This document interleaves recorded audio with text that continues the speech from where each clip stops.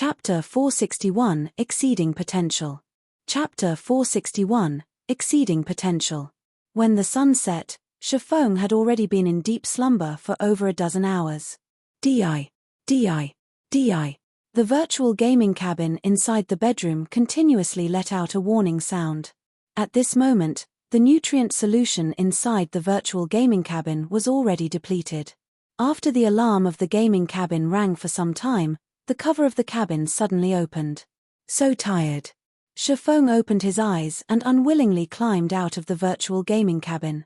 He then took a look at the time. What? I've actually slept for 18 hours. Although he had exceeded his mental limit once again, it was not as severe as the first time. Even so, he had still slept for such a long time. Just what is going on here? After Shifeng woke up, his entire body felt drained. Even the nutrient solution he had refilled just a few days ago was completely exhausted. Normally, a full tank of nutrient solution could last a player 15 days. The previous time Shifeng had exceeded his limit, some solution still remained. Now, however, the tank was completely emptied. However, compared to the matter of the nutrient solution's depletion, his body's current condition was much more inconceivable for Shifeng. Not only was his body extremely weak, but he also felt a piercing hunger that he had never felt before. He was so hungry that he could eat an entire cow right now. Although Shifeng did not understand what was going on, he did know that, if he did not replenish his body's nutrients at once, he could very well faint from hunger. He immediately retrieved the 2 bottles of S-rank nutrient fluid he had set aside for his parents. At this moment, Shifeng could clearly tell that the hunger he was feeling did not come from his stomach. Instead, it was his body that starved of energy. Even eating a meal would not sate this hunger. What he needed to do right now was replenish the energy of the cells inside his body. Meanwhile, the S-rank nutrient fluids were the best solution for this problem. After removing the cap, Shifeng directly gulped down a bottle of S-rank nutrient fluid. When the S-rank nutrient fluid reached Shifeng's intestinal tract, the originally cooling liquid suddenly transformed into a warm current that moved through his blood, re-energizing his entire body. 5 minutes after drinking the S-rank nutrient fluid, Shifeng felt much more comfortable than before. His spirit had also recovered significantly, and his body was no longer trembling as it had before. The value of 1 million credits was really not overstated. However, this feeling only lasted for a short while before the feeling of hunger flooded his mind once more. He felt as if he was a wolf that had been starving for 3 consecutive days. A bite of meat was simply not enough to sate him. The hunger he was feeling right now was even more intense than earlier. Is 1 bottle not enough? Shifeng was speechless. A single battle actually required him to sacrifice 2 bottles of S-rank nutrient fluids. No choice. Shifeng could only remove the cap on the last bottle of S-rank nutrient fluid and empty its contents. Originally, one had to wait an interval of 3 to 5 days before consuming another bottle of S-rank nutrient fluid as the energy contained within the liquid was extremely concentrated. A person's body was simply incapable of completely absorbing all that energy. Instead, drinking 2 bottles consecutively would only damage one's body due to overnutrition. When Shifeng drank the second bottle, he felt a little heartache. Each bottle cost 1 million credits. Moreover, one could not simply purchase S-rank nutrient fluids even if they could afford it. In the past, even though he had been the guild leader of Shadow, he only got to drink 1 bottle a month. Now, he had actually drunk 2 bottles in a single day. If others were to find out about this, they would definitely look down on him as a wastrel. However, S-rank nutrient fluids were indeed amazing. After drinking 2 bottles and resting for a few minutes, Shifeng was already completely rid of his fatigue. His body had also recovered to normal. Following which, Shifeng drank another dozen or so bottles of A-rank nutrient fluid before recovering to his peak condition. Is it my imagination? After recovering completely, Shifeng suddenly discovered that his 5 senses were much more acute than before. Originally, he could never hear the chirping of birds when inside his bedroom. Now, however, he could actually hear it. Besides being able to hear the chirping of birds, when Shifeng looked at his own room, he was also able to see with much greater clarity than before. His mind had also become much faster. Did breaking through my mental limit multiple times allow my brain to become more active? Shifeng's heart was filled with ecstasy. He had tried fortifying his body many times before to increase the flow of blood into his brain, in addition to providing his body with various nutrients. He had done so to develop his brain's potential and boost its activity level, so that he could create his legacy in God's domain. Now, he had actually achieved a breakthrough. The human brain had always been a domain filled with mystery. In the past, even the most amazing human could only exhibit 10% of their brain's potential. Advancements in technology had made developing the brain's potential possible, but it was extremely difficult to do so. It was not something one could succeed at just by trying. In Shifeng's previous life, countless people had tried their best and had spent large sums of money just to raise their brain's potential by a tiny fraction. Yet, even so, these people had felt that slight improvement worth their sacrifice. As the activity of the brain increased, a person's control over their body would also improve significantly. In God's domain, there were many genius players who possessed extraordinary talents. However, why were these geniuses better than ordinary players? It was because their brain's activity was out of the ordinary. As a result, their control over their game avatar surpassed ordinary players, allowing them to carry out actions that no ordinary player was capable of. Just like Soaring Snake, whom Shifeng had met some time ago. Soaring Snake was a gifted genius who possessed unmatched reflexes. Meanwhile, Shifeng had broken through that limit by chance, so how could he not grow excited? Although he had only received a slight improvement, Shifeng could now see a new path opening up for him. Moreover, this was a path that led directly to the peak of God's domain. It seems that I need to prepare many more bottles of S-rank nutrient fluid in the future. Shifeng felt uneasy when he recalled the piercing hunger that was transmitted to his brain earlier. After breaking past the limit of his mental power, his brain naturally needed a massive amount of energy to recover. This time, he was only fortunate that he had sufficient bottles of S-rank nutrient fluid to allow him to achieve a breakthrough. Otherwise, he would have had to be admitted into the hospital to rest for some time. Moreover, resting at the hospital would not necessarily increase his brain's activity and develop its potential. When Shifeng thought about improving his brain's activity, his thirst for S-rank nutrient fluids grew even more intense. Only now did Shifeng understand why the first-rate guilds and super guilds in the past were purchasing S-rank nutrient fluids in bulk. There was an 80% chance that they had done so in order to nurture apex experts. On the other hand, he had been under the misconception all this time that S-rank nutrient fluids were only used to strengthen a person's physique. Ding, ding, ding. Suddenly, Shifeng's quantum watch started ringing.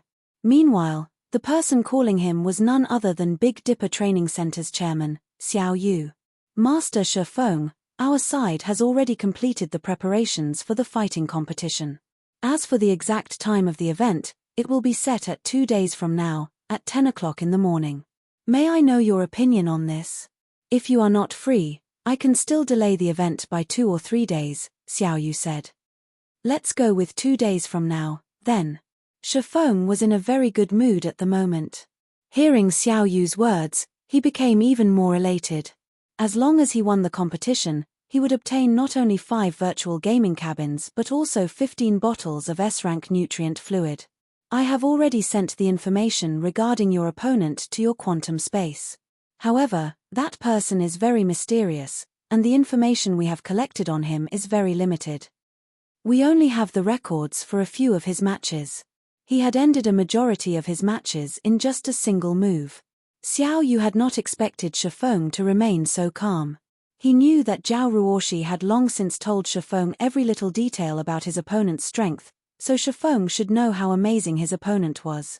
Yet, now, not only was Shifeng not anxious, but he was even showing a hint of anticipation. I understand. I'll research it a little. Shifeng nodded. I still have other matters to attend to, so I'll be hanging up first. After saying so, Shifeng disconnected the call. Following a period of rest, Shifeng was already fully recovered. He still had many matters he needed to deal with in God's domain.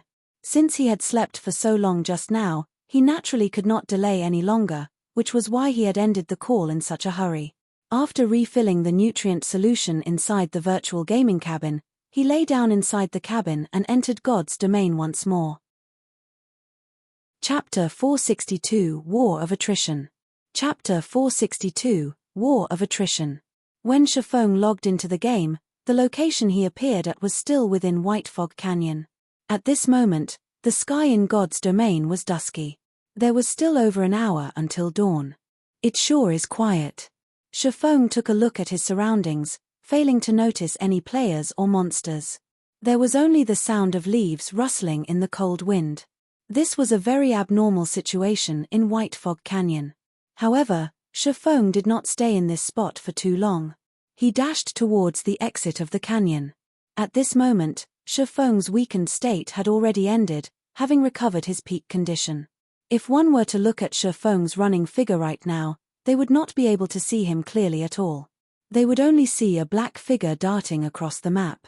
Shifeng was like a healthy and elegant leopard.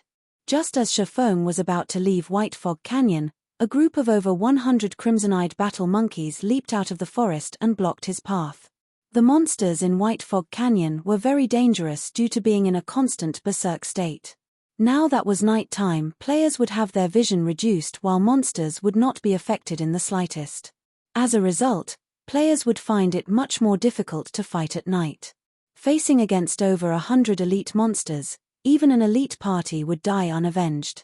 Only a large team of over 100 players could possibly endure the assault of so many crimson-eyed battle monkeys. However, as if he had not seen the monsters in his way, Shifeng dashed into the group of battle monkeys. The crimson-eyed battle monkeys had similarly charged at Shifeng like a group of mad cows. However, just when the sabers held by the battle monkeys were about to land on Shifeng, the weapons struck air and simply brushed past Shifeng's body. It was as if the battle monkey's target was not Shifeng at all. T allowed Shifeng to easily shuttle through them. After their first attack failed, the crimson-eyed battle monkeys turned around and attacked Shifeng once more. This time, 7 battle monkeys surrounded Shifeng. However, Shifeng was just like flowing water. Just like before, when the battle monkey's sabers were about to reach Shifeng, the weapons simply brushed past his body. In just a moment, Shifeng had weaved his way through the group of crimson-eyed battle monkeys. Although the battle monkeys felt enraged by this situation, they could not do anything about it. They could only watch unwillingly as Shifeng exited the canyon. The improvements brought about by an increase in brain activity sure are significant. Shifeng was full of smiles as he turned back to look at the crimson-eyed battle monkeys. Although he could defeat such a number of battle monkeys by himself, he definitely would not have been able to effortlessly dodge such an encirclement. This achievement was all thanks to his increase in brain activity. Not only did this change improve his brain's perception of danger, but it had also advanced his control over his own body. Whether it was in regard to an enemy's attack or his own ability to dodge, the ability to control his movements had become very precise and refined. He had already entered the refinement realm. Before, Shifeng could only barely achieve refinement with his actions, and he could not maintain that achievement for long. He could only be considered to have taken half a step into the refinement realm. Even so, half a step was already an amazing feat. Meanwhile, he had now completely entered this realm, becoming much stronger than he had been before. Even if he had to face Summer Sunshine's assault right now, he believed that he would not end up in such a miserable state where he would be required to use void steps to dodge. After leaving White Fog Canyon, Shifeng immediately unfurled a return scroll and activated it. Shortly after returning to White River City, Shifeng discovered that the number of players here were much more numerous than before. The players were all recruiting team members. Money Farming Team, 17 waiting for 3. DDS are welcomed. Must be level 20 or above. Frozen Waterfall Independent Party recruiting, 12 waiting for 8. We welcome all sorts of pros. Must be level 21 or above. Equipment must be at least bronze rank. Twilight Lighthouse Independent Party recruiting. Party is being carried by an expert. Noobs, do not disturb. Equipment must be at least bronze rank. Drops will be auctioned among team members. Many players were recruiting for level 20 team dungeons out in the streets. This situation really surprised Shifeng. Whether it was Frozen Waterfall or Twilight Lighthouse, both were challenging 20-man team dungeons. Their difficulty was considered intermediate among level 20 team dungeons. Currently, even a normal guild team would not necessarily succeed when clearing one. Yet, there were actually so many independent teams recruiting for these dungeons. This situation truly confused Shifeng. He had gone offline for just one day. Just when did the independent players of White River City become so powerful? Aside from the shouts of recruitment by independent players, Shifeng also heard news regarding the all-out war between Zero Wing and Overwhelming Smile. Up to now, the losses suffered by both guilds had already exceeded 2,000 players. Moreover, the battles between both guilds were growing intenser as time passed. In the beginning, the skirmishes that occurred only involved dozens of players, before slowly growing into the hundreds. At this point in time, both guilds were already waging wars involving over 1,000 players. Zero Wing really is amazing. Their total kill count right now has already exceeded 5,000 players. Meanwhile, Overwhelming Smile has only managed to kill around 2,000 Zero Wing members. I know, right? I heard that Zero Wing's assassin Fire Dance alone has killed more than 300 Overwhelming Smile members. Many players were done in by her, and she has even managed to kill Lone Tyrant, giving Overwhelming Smile a huge headache. Right now, her fame is no longer beneath Black Flame. Other than Fire Dance, there is also Flying Shadow, another assassin of Zero Wing.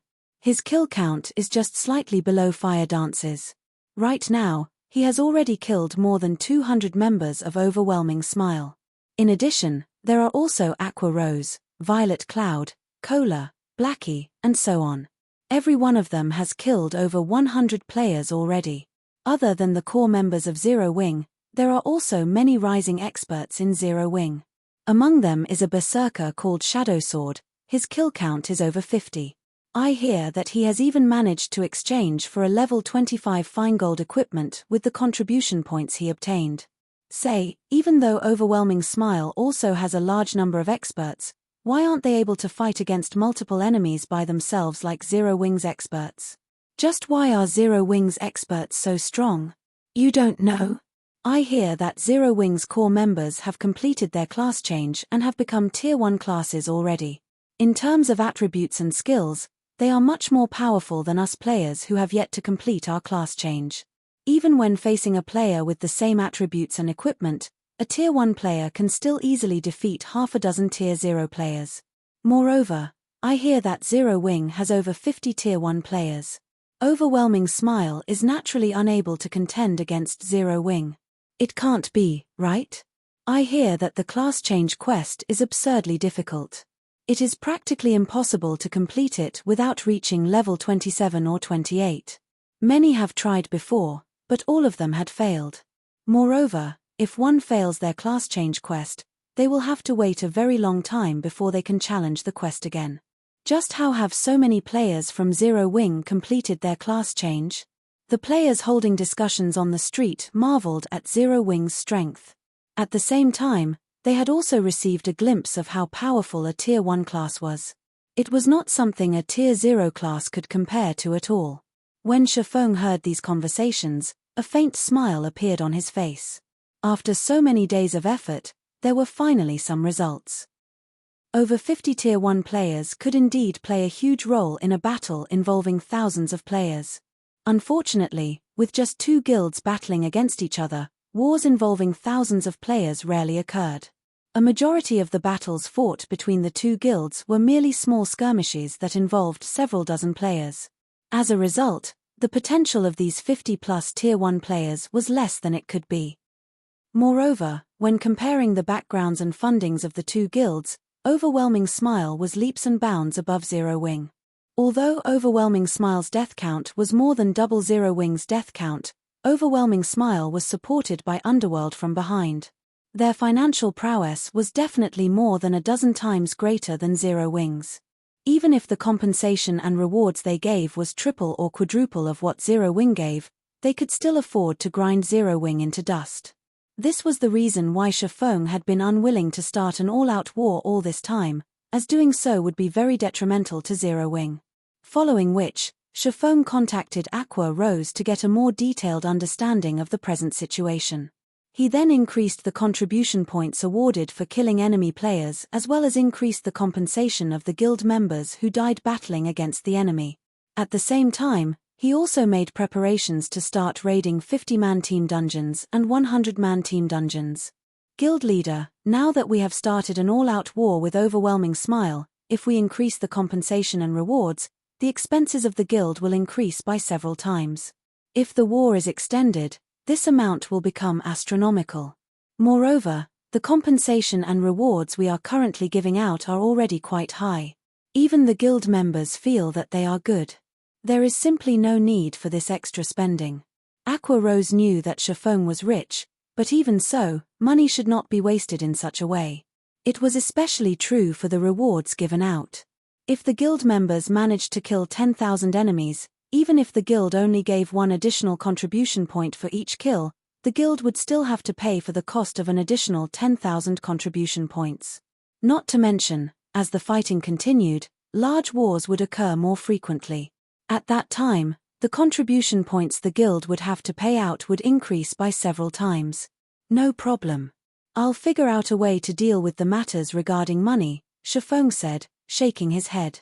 The reason why he was increasing the amount of contribution points awarded was not for the purpose of exciting the guild members. Instead, he was doing so in order to hasten up the consumption speed of both sides. If it had been in the past, Chiffon definitely would not fight a war of attrition with overwhelming smile. Now, however, things were different. He now had a large amount of starfire ore in his hands. He would let overwhelming smile know what it truly felt like to crumble apart. Chapter 463, Imperial Heirloom. Chapter 463, Imperial Heirloom. I'll make the adjustments now, then. Aqua Rose could only nod her head in reply upon hearing Chiffon's confident answer. Right, have you compensated Virtuous Cloud and the others? Chiffon suddenly asked. After all was said and done, overwhelming smile had ambushed them because of him. He also still owed Virtuous Cloud 6 pieces of secret silver equipment. However, due to his short hibernation this time, he had not been able to bring them to make their selection. I've already brought them to the guild's warehouse to exchange for 10 pieces of level 20 secret silver equipment. However, there is one matter that you definitely won't be able to guess, Aqua Rose said, revealing a mysterious smile. What happened? Chiffon asked curiously. After Virtuous Cloud and her party saw our guild warehouse, they were downright stupefied. Originally, they were planning to return to the Black Dragon Empire to continue their development there. Now, however, the party has joined Zero Wing and should be carrying out some high-level guild quests at the moment, Aqua Rose replied. Aqua Rose was very optimistic about Virtuous Cloud's crew. An independent party attaining such high levels and good equipment was quite an amazing feat. Now that they had entered Zero Wing, it wouldn't be long before they became experts. In God's domain, though elite players were easy to find, experts were not. Now that Zero Wing was in an all-out war with overwhelming smile, it would be a long time before things settled down. After all, it was not possible for either side to defeat the other in one fell swoop. Moreover, battles between two warring guilds consisted mostly of small-scale skirmishes. Large-scale engagements occurred very infrequently. As a result, the importance of players with top-tier combat power grew even greater. If a large group of players took action together, they could easily be discovered, as well as easily countered. However, if a party or an individual took action, they would be highly mobile, hence, they would not be discovered so easily. If Zero Wing could form a party of experts and give a huge blow to Overwhelming Smile from time to time, they could easily force Overwhelming Smile into a passive state. Guild leader, why don't we start raiding 50-man team dungeons now? Although the benefits we offer could attract quite a number of players to the guild, it is still not enough of an attraction for many independent experts. The things these experts seek are top-tier equipment and room for growth. Meanwhile, we can use the top-tier equipment we obtain from large-scale dungeons to attract these experts, Aqua Rose suggested. After seeing the reactions of Virtuous Cloud's crew yesterday, Aqua Rose came up with this idea. Previously, she had also tried inviting Virtuous Cloud and her party to join Zero Wing, but they had been reticent. However, after seeing the large number of level 25 fine gold and secret silver equipment, as well as plenty of level 20 dark gold equipment, they made up their minds right away. At that time, Aqua Rose had even considered displaying the 2 epic items inside their guild's warehouse. However, the epic items were Zero Wings trump cards. It would be best if other guilds did not know about the existence of these items, so she had promptly dismissed this idea of hers. If she were to really put the epic items on display, then many guilds would definitely scheme against Zero Wing. Her action would no doubt create many more enemies for Zero Wing. The guilds that were maintaining neutrality might even side with Overwhelming Smile. At that time, Zero Wing's position would become very tenuous. Hence, only core members, who had signed a confidentiality agreement, could know about the existence of the epic items. We still have to wait for some time regarding the matter of the large-scale team dungeons. However, we can begin raiding 20-man Hell Mode team dungeons. Shifeng had been the guild leader of Shadow for many years, so he naturally knew what attracted experts. Although he fully agreed with Aqua Rose's suggestion, large-scale team dungeons were no walk in the park. They needed to accumulate even more strength if they wished to raid one. On the other hand, they could give 20-man Hell Mode team dungeons a try. Players had a fixed probability for obtaining dark gold items from 20-man Hell Mode team dungeons, though the majority of the items were fine gold rank. In addition, there were plenty of production materials that were available only in Hell Mode dungeons. The guild could also obtain guild popularity by clearing Hell Mode dungeons. As the guild's popularity increased, the guild quests commissioned by NPCs would also improve in quality, and this was what Zero Wing needed the most at the moment. "I'll get everyone prepared right now, then." Upon hearing Shifeng's words, Aqua Rose immediately went into action with great excitement. As for Shifeng himself, he made a trip to the bank. Although there were many things demanding his attention right now, the all-out war with Overwhelming Smile, in particular, at the end of the day, there was only one task that he needed to complete, which was to earn money. Shifeng had experienced countless all-out wars between guilds in the past, so he had long since known what took priority. Although he himself possessed frightening combat power, allowing him to easily hunt and kill Overwhelming Smile members out in the fields, just how many members were there in Overwhelming Smile? Even if he ran around all day, hunting players, how many could he possibly kill by himself? Doing so would allow him to collect the immortal souls of players he killed, but it was still not worth the effort. Moreover, even if he did nothing but hunt players from Overwhelming Smile all day long, completing his quest would take many days.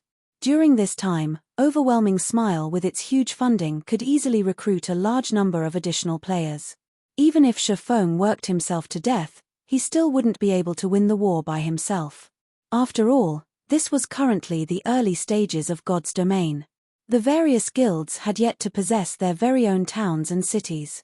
Killing Overwhelming Smile's members would only cause the guild a little trouble and slightly affect its development speed. Most importantly, Shifeng simply did not have the time to do something like this. He only had a little time left to complete the epic quest Darkness Descends, and he was still far from his goal of earning 30,000 gold. If he failed to complete the quest, at that time, he would have to face the wrath of a Tier 4 demon. With his current strength, he would certainly die. Hence, earning money was his top priority right now. The war between the two guilds would definitely grow more intense as time passed, and the same was true for the expenditure of both guilds. It was especially true for the expenditure on equipment. Aside from losing equipment as a result of dying, fights between players would also cause the durability of weapons and equipment to fall at a faster rate than when fighting monsters. Naturally, repairing these weapons and equipment would also require a large sum of coins. Presently, guilds had a limited source of income for coins. Guilds would only begin raking in large sums of coins once they possessed their own towns and cities during the middle stage of the game. Although Overwhelming Smile had large funding, having a large funding did not necessarily equate to having a large number of coins. This was where Shifeng's confidence came from. Half an hour later, Shifeng arrived at the bank. He then retrieved all the Starfire ore as well as the Philosopher's Stone from his warehouse. He also retrieved the Dragon Scale set equipment forging design he had stored away all this time.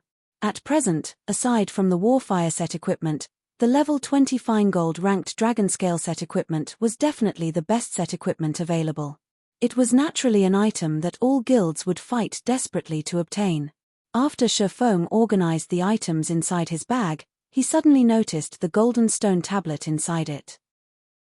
How could I have forgotten about this thing?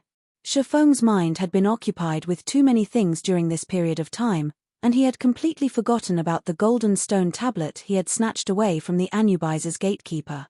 An item guarded by a great lord was definitely not an ordinary item. However, Shifeng had also never heard about a golden stone tablet, so he did not know exactly what function this item possessed. Glancing at it, he was unable to read its information. All that was displayed about the golden stone tablet was that it was an unknown item. Shifeng then used omniscient eyes and started appraising it. The seconds ticked by slowly as countless data flickered in front of his eye. After a total of 22 seconds passed, the appraisal process was finally completed. An imperial heirloom? Shifeng muttered in disbelief when he read the information displayed about the golden stone tablet. Chapter 464 Shocking Treasure. Chapter 464 Shocking Treasure. Shifeng could not help but tremble when he looked at the golden stone tablet inside his bag. God's domain was very large, and there were many kingdoms and empires within it. Naturally, these realms would go through growth and decline. Countless kingdoms and empires had disappeared into the long river of history by now. Although they had already been forgotten by people, some of these kingdoms and empires had left behind shocking treasures that were unknown to others. In God's domain, these shocking treasures were called heirlooms. Heirlooms could be categorized into 4 different ranks. The first would be kingdom heirlooms. Just as its name implied, it was a treasure once owned by a kingdom of God's domain. First-rate guilds would fight tooth and nail for just one kingdom heirloom. In the past, there was even a super guild that had offered up a city with a population of over 1 million players in exchange for a kingdom heirloom. From this, one could just imagine the value of a kingdom heirloom. Back then, although Shadow had become a second-rate guild and controlled 10 city-states, it did not even possess the qualifications to compete over a kingdom heirloom. Meanwhile, one rank above kingdom heirlooms were imperial heirlooms. An imperial heirloom was an heirloom left behind by a fallen empire of God's domain. Normally, the wealth of an empire was at least 3 to 5 times greater than that of a kingdom. The value of an imperial heirloom, naturally, was proportional. In the past, a small unrated guild called Thunder Family had taken less than a year to develop into a first-rate guild. Back then, Thunder Family had shocked the entire God's domain. In terms of experts or financial power, Thunder Family had possessed neither. Yet, it had still managed to develop into a first-rate guild in such a short amount of time. How could such a feat not shock others? Only after many different parties investigated the guild did they find out the secret behind Thunder Family's success. It turned out that Thunder Family had accidentally encountered an item called an imperial heirloom, and the guild had secretly developed itself at a rapid pace through this imperial heirloom. Thus, Thunder Family had managed to become one of the overlords of God's domain in less than just a year. From then on, everyone started searching for heirlooms out in the fields. Many wars were waged in God's domain because of heirlooms, and many guilds were completely annihilated because of heirlooms. In addition to imperial heirlooms, there were continental heirlooms, which were 1 rank higher, as well as world heirlooms, which were the highest-ranking heirlooms in God's domain. However, the last 2 heirlooms were only mentioned in the libraries of God's domain. As far as Shifeng knew, nobody had come upon either one in his previous life. Now that there was an imperial heirloom in his bag, how could Shifeng not be excited? Even as a reincarnator, Shifeng had to carefully plan, make countless preparations, encounter many miracles, and nurture a large number of experts in order to establish his very own virtual empire. Meanwhile, just a single imperial heirloom had allowed a small guild to grow into a first-rate guild in less than a year, becoming the owner of a real empire.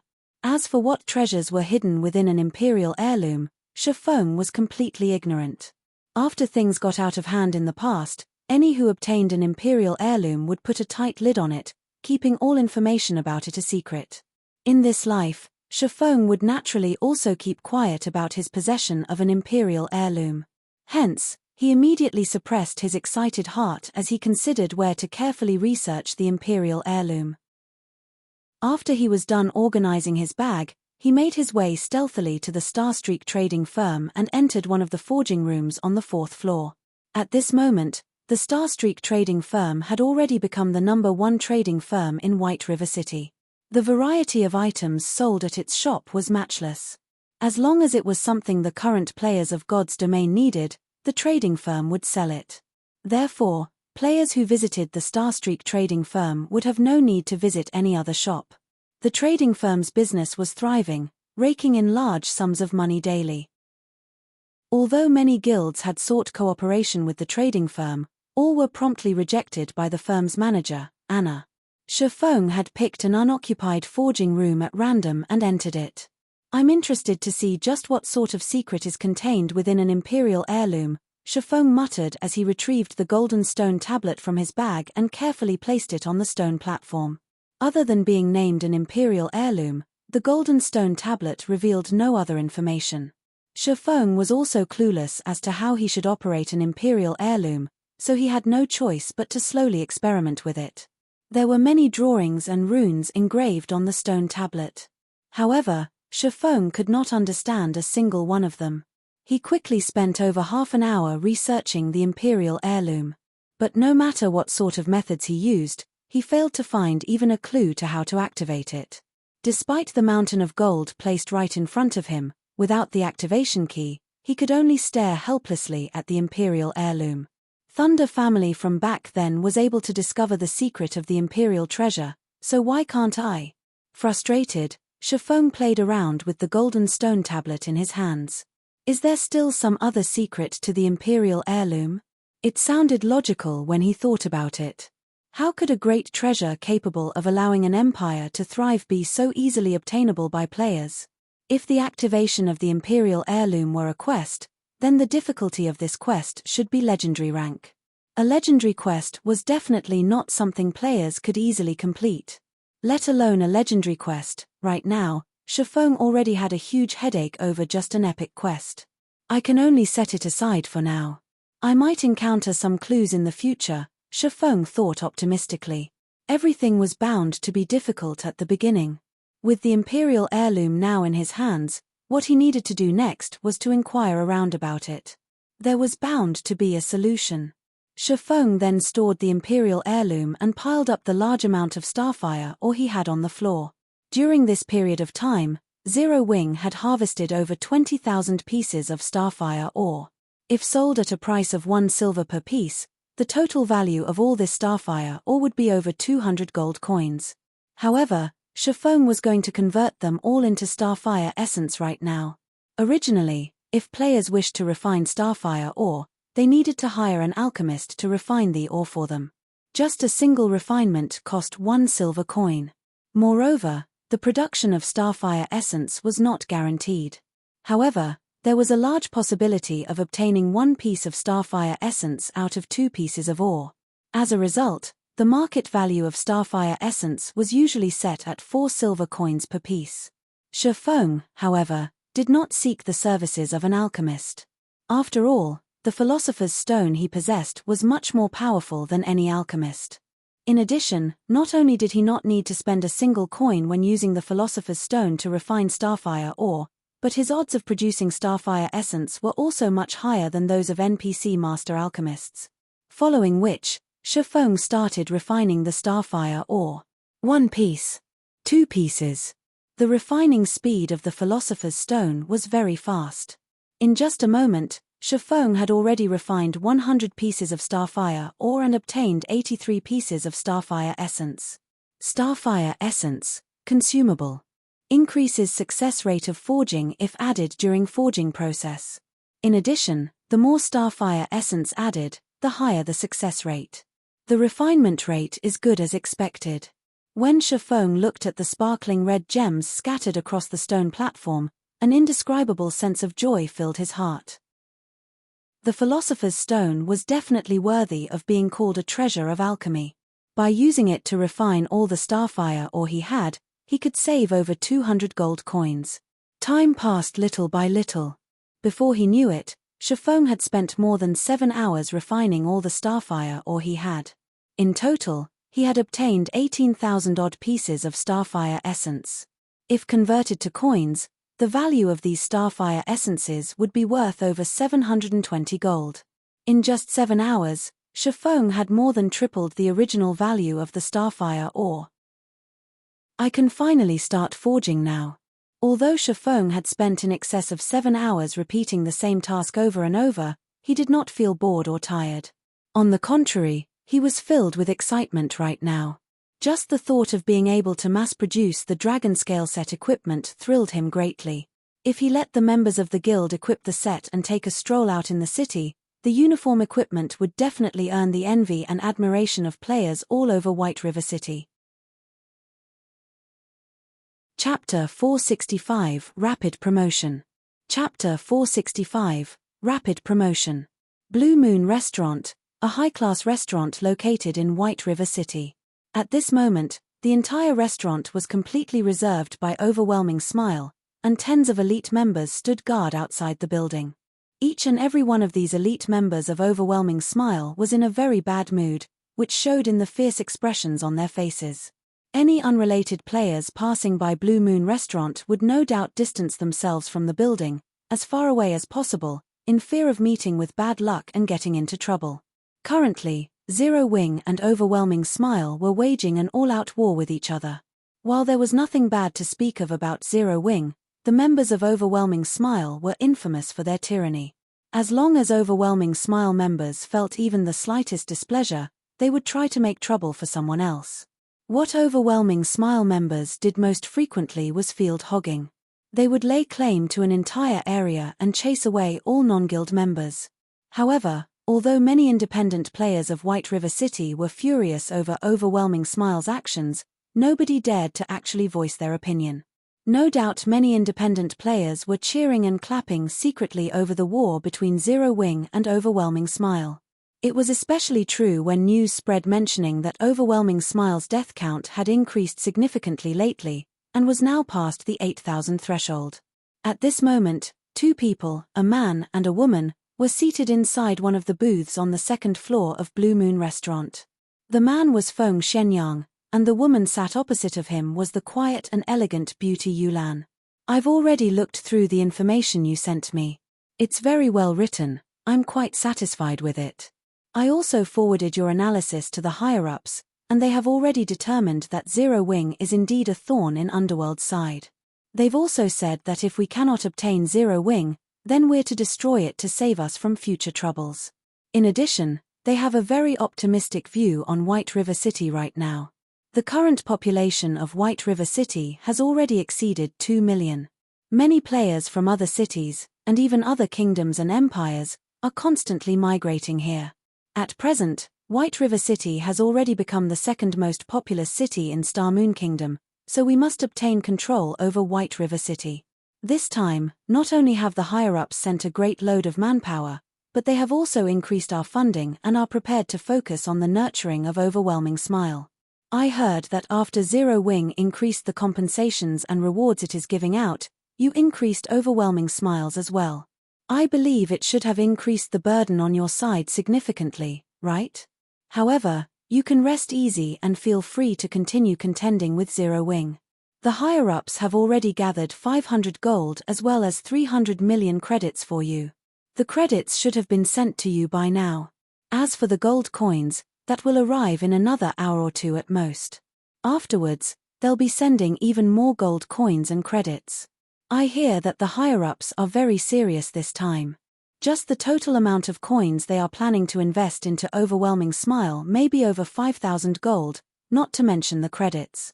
Saying so, Feng Shenyang snapped his fingers. In the next moment, another 20 people entered the private booth. Every one of these 20 people was shrouded in a thick layer of killing intent. Their bodies were as robust as a grizzly bear's. Instead of looking like ordinary players, they looked more like a group of well-trained soldiers. These men are the underworld guards the higher-ups have dispatched. All 20 of them are party leaders, and every one of them leads a party of 6 members. In total, you will have 120 underworld guards to command as you see fit, Feng Shenyang said, smiling. They are different from the other underworld guards. I'm sure you can tell, but they have all worked as mercenaries in the past. They are people who have walked on real battlefields. Isn't Overwhelming Smile waging an all-out war with Zero Wing right now? As long as you have these underworld guards to assist you, those players who have never seen fresh blood will be easy pickings. Even if Zero Wing has more than 50 Tier 1 players, they will still be finished. I've already handed the men over to you. What they do next is up to you. Young Master Feng, rest assured, I definitely will not disappoint you. Originally, Yulan had already been confident of slowly exhausting Zero Wing to death. Now that she was looking at the 2 rows of neatly lined up underworld guard party leaders, a sense of indescribable joy filled her heart. Zero Wing's 50-plus Tier 1 players had been giving Overwhelming Smile a huge headache recently, forcing the members of Overwhelming Smile into a state of passiveness. At this moment, they needed to similarly send out experts or Tier 1 players. Otherwise, they would simply be helpless against Zero Wing's Tier 1 players. However, Yulan had suddenly come to a realization. Overwhelming Smile had plenty of elite members, but they were sorely lacking in experts and Tier 1 players. Although not all 20 of the underworld guards standing before her were necessarily experts, and their levels only ranged between 23 to 24, they were all veterans of the battlefield. Meanwhile, now that the battles in God's domain were growing increasingly realistic, these people would have an undeniable advantage. They were much more powerful compared to ordinary elite players. If they worked together, they should have a very frightening effect on field battles. Yulan could tell that the upper management of Underworld was taking things seriously this time. Currently, the various guilds in God's domain were desperately purchasing coins. They had even secretly established many money farming teams. It was very difficult to accumulate 500 gold. Not to mention, they were also planning to invest an additional 5,000 plus gold coins in the future. With such a sum of money, dealing with Zero Wing would be a piece of cake.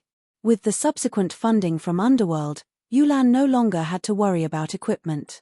Currently, there were 3 main sources of equipment: dungeons, the auction house, and the virtual trade center. Unlike the auction house, one used credits instead of coins when purchasing equipment from the virtual trade center. As a result, the prices of equipment sold there were very expensive. Even so, the wealthy did not mind doing their purchases through the virtual trade center. The first reason was due to the supply of weapons and equipment there being much more abundant. This was because, in order to earn credits, many workshops and players would post their items up for sale at the virtual trade center. The second reason was due to convenience. The currency of God's domain was not easily obtainable. Moreover, the trading procedures involved were very onerous. With such a large sum of credits, she could immediately fill up Overwhelming Smile's guild warehouse and rebuild the confidence of the guild members. At the same time, it would give Zero Wing immense pressure. Hence, on the same day Yulan received the funds from Underworld, she purchased weapons and equipment ranging between level 15 and level 20 from the virtual trade center in bulk. The quality of the items ranged from bronze rank to fine gold rank. In total, she bought over 5,000 weapons and equipment, greatly boosting Overwhelming Smile's morale. At the same time, she also raised the death compensation and kill rewards. Seeing this change, many more members of Overwhelming Smile were tempted to join in the field battles. For a time, Overwhelming Smile's momentum in White River City surpassed Zero Wing's. However, as the guild leader of Zero Wing, Shifeng was completely ignorant about this occurrence.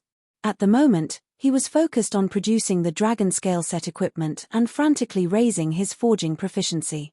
Recently, Shifeng had been constantly busying himself with other matters. As a result, his forging proficiency had stagnated. Despite being the first person to become an advanced forging apprentice, he had long since fallen behind Cream Cocoa and the others.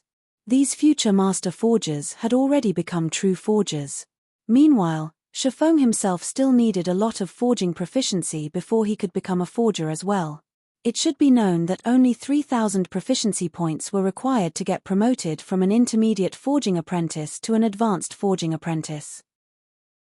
Yet, in order to advance from an advanced forging apprentice to a basic forger, 10,000 proficiency points were required. The amount required to rise a rank had more than tripled. Moreover, advanced forging apprentices did not receive proficiency points from producing common ranked items, resulting in a drastic reduction in promotion speed. Melancholic Smile and the other two had only managed to become basic forgers so quickly because of the basic strengthened armor kit forging designs Shifeng had provided them.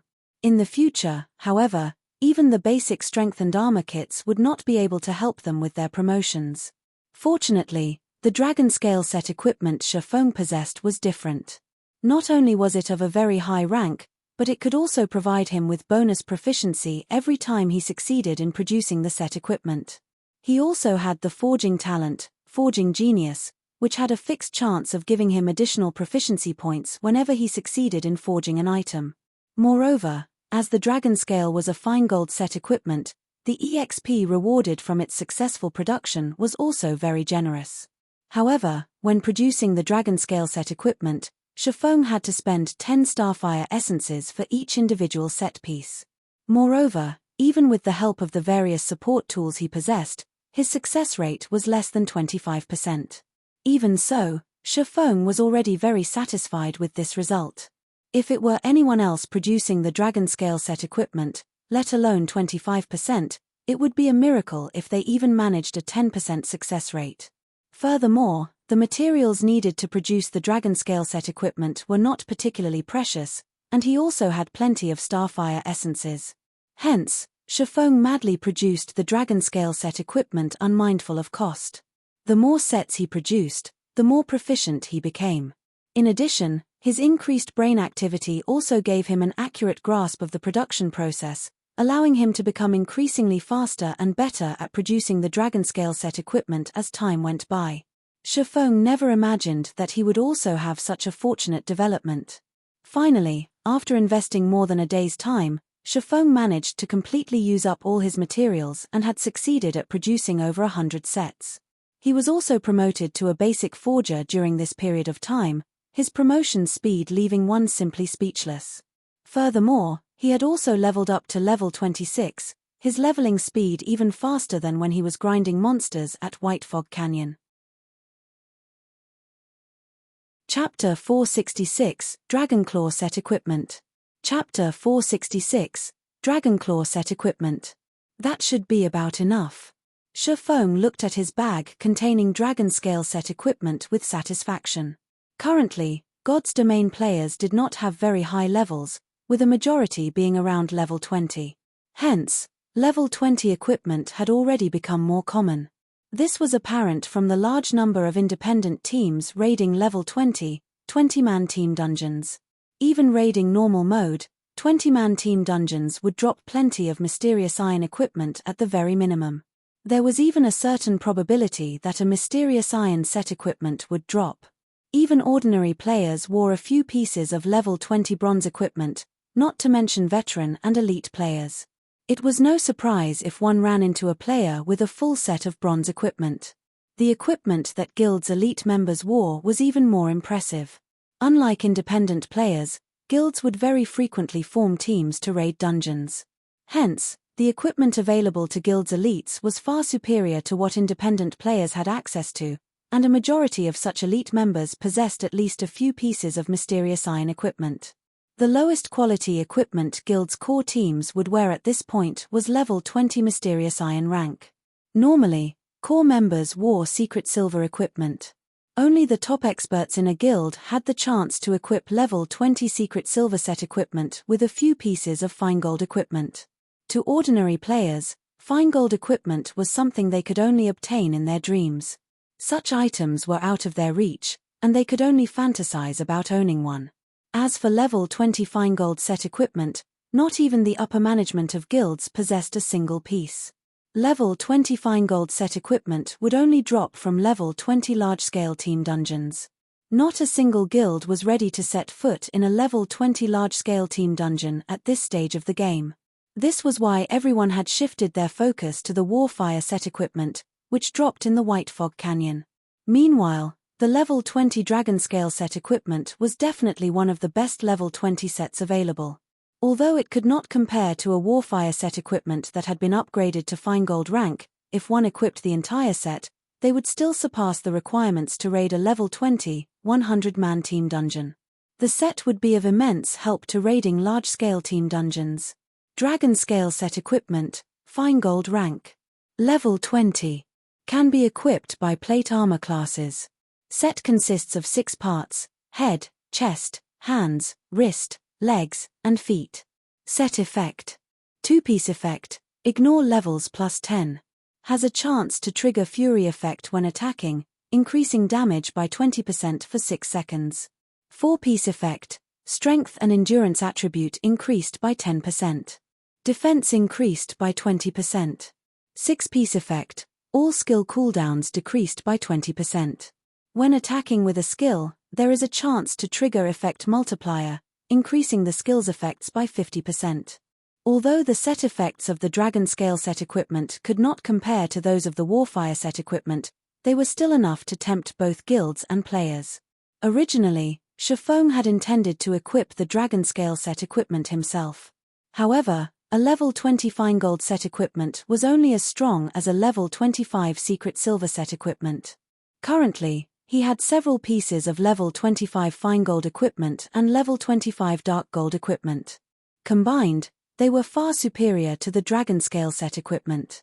Hence, Shifeng gave up on the idea. However, after Shifeng had spent over a day forging and produced the 105th set of Dragon Scale set equipment, by some stroke of luck, he had triggered the Black Steel Insignia's attribute increasing effect. As a result, the Dragon Scale set equipment had upgraded by an entire rank, becoming a level 20 dark gold set equipment. Now, it was equivalent to a level 25 fine gold set equipment. Shifeng was overjoyed. After the Dragon Scale set equipment had upgraded, it was no longer called Dragon Scale. He had now created a Dragonclaw set equipment. This was also the only dark gold set equipment Shifeng had ever produced. Dragonclaw set equipment, dark gold rank. Level 20. Can be equipped by plate armor classes. Set consists of 6 parts: head, chest, hands, wrist, legs, and feet. Set effect. 2-piece effect, ignore levels plus 15. Has a chance to trigger Fury effect when attacking, increasing damage by 40% for 6 seconds. 4-piece effect, strength and endurance attribute increased by 15%. Defense increased by 30%. 7-piece effect, all skill cooldowns decreased by 30%. When attacking with a skill, there is a chance to trigger effect multiplier, increasing the skill's effects by 100%. Aside from the fact that the Dragonclaw set equipment's basic attributes could overshadow even level 25 fine gold set equipment, the set effects had massively improved. The Dragonclaw's set effects were only slightly inferior to the fine gold ranked Warfire set equipment. Only, the Warfire set was more suited for PvP, whereas the Dragonclaw set was more suited for raiding dungeons. In God's Domain, experts would normally prepare multiple sets of equipment for themselves, and every set had different purposes. At the very minimum, experts would prepare a set for PvP and a set for dungeons. There were also sets that focused on flexibility, damage, and so on. In the past, Shifeng had owned several sets of equipment at a time, which he used when he fought dungeon bosses, during field PvP, and various other situations. In this life, however, he still did not have the capital to afford multiple sets of equipment. In the early stages of God's Domain, top-tier weapons and equipment were very rare. Having a full set of top-tier equipment was already impressive, let alone multiple sets. Now that Shifeng had the Dragonclaw set equipment, he immediately replaced the equipment he currently wore. As for the unused level 25 fine gold and dark gold equipment, he would store them in the guild's warehouse, leaving them for other members. As for the level 25 flame boots, however, Shifeng kept them for himself. If he encountered an extremely fast enemy, he could use them to replace the Dragonclaw boots temporarily.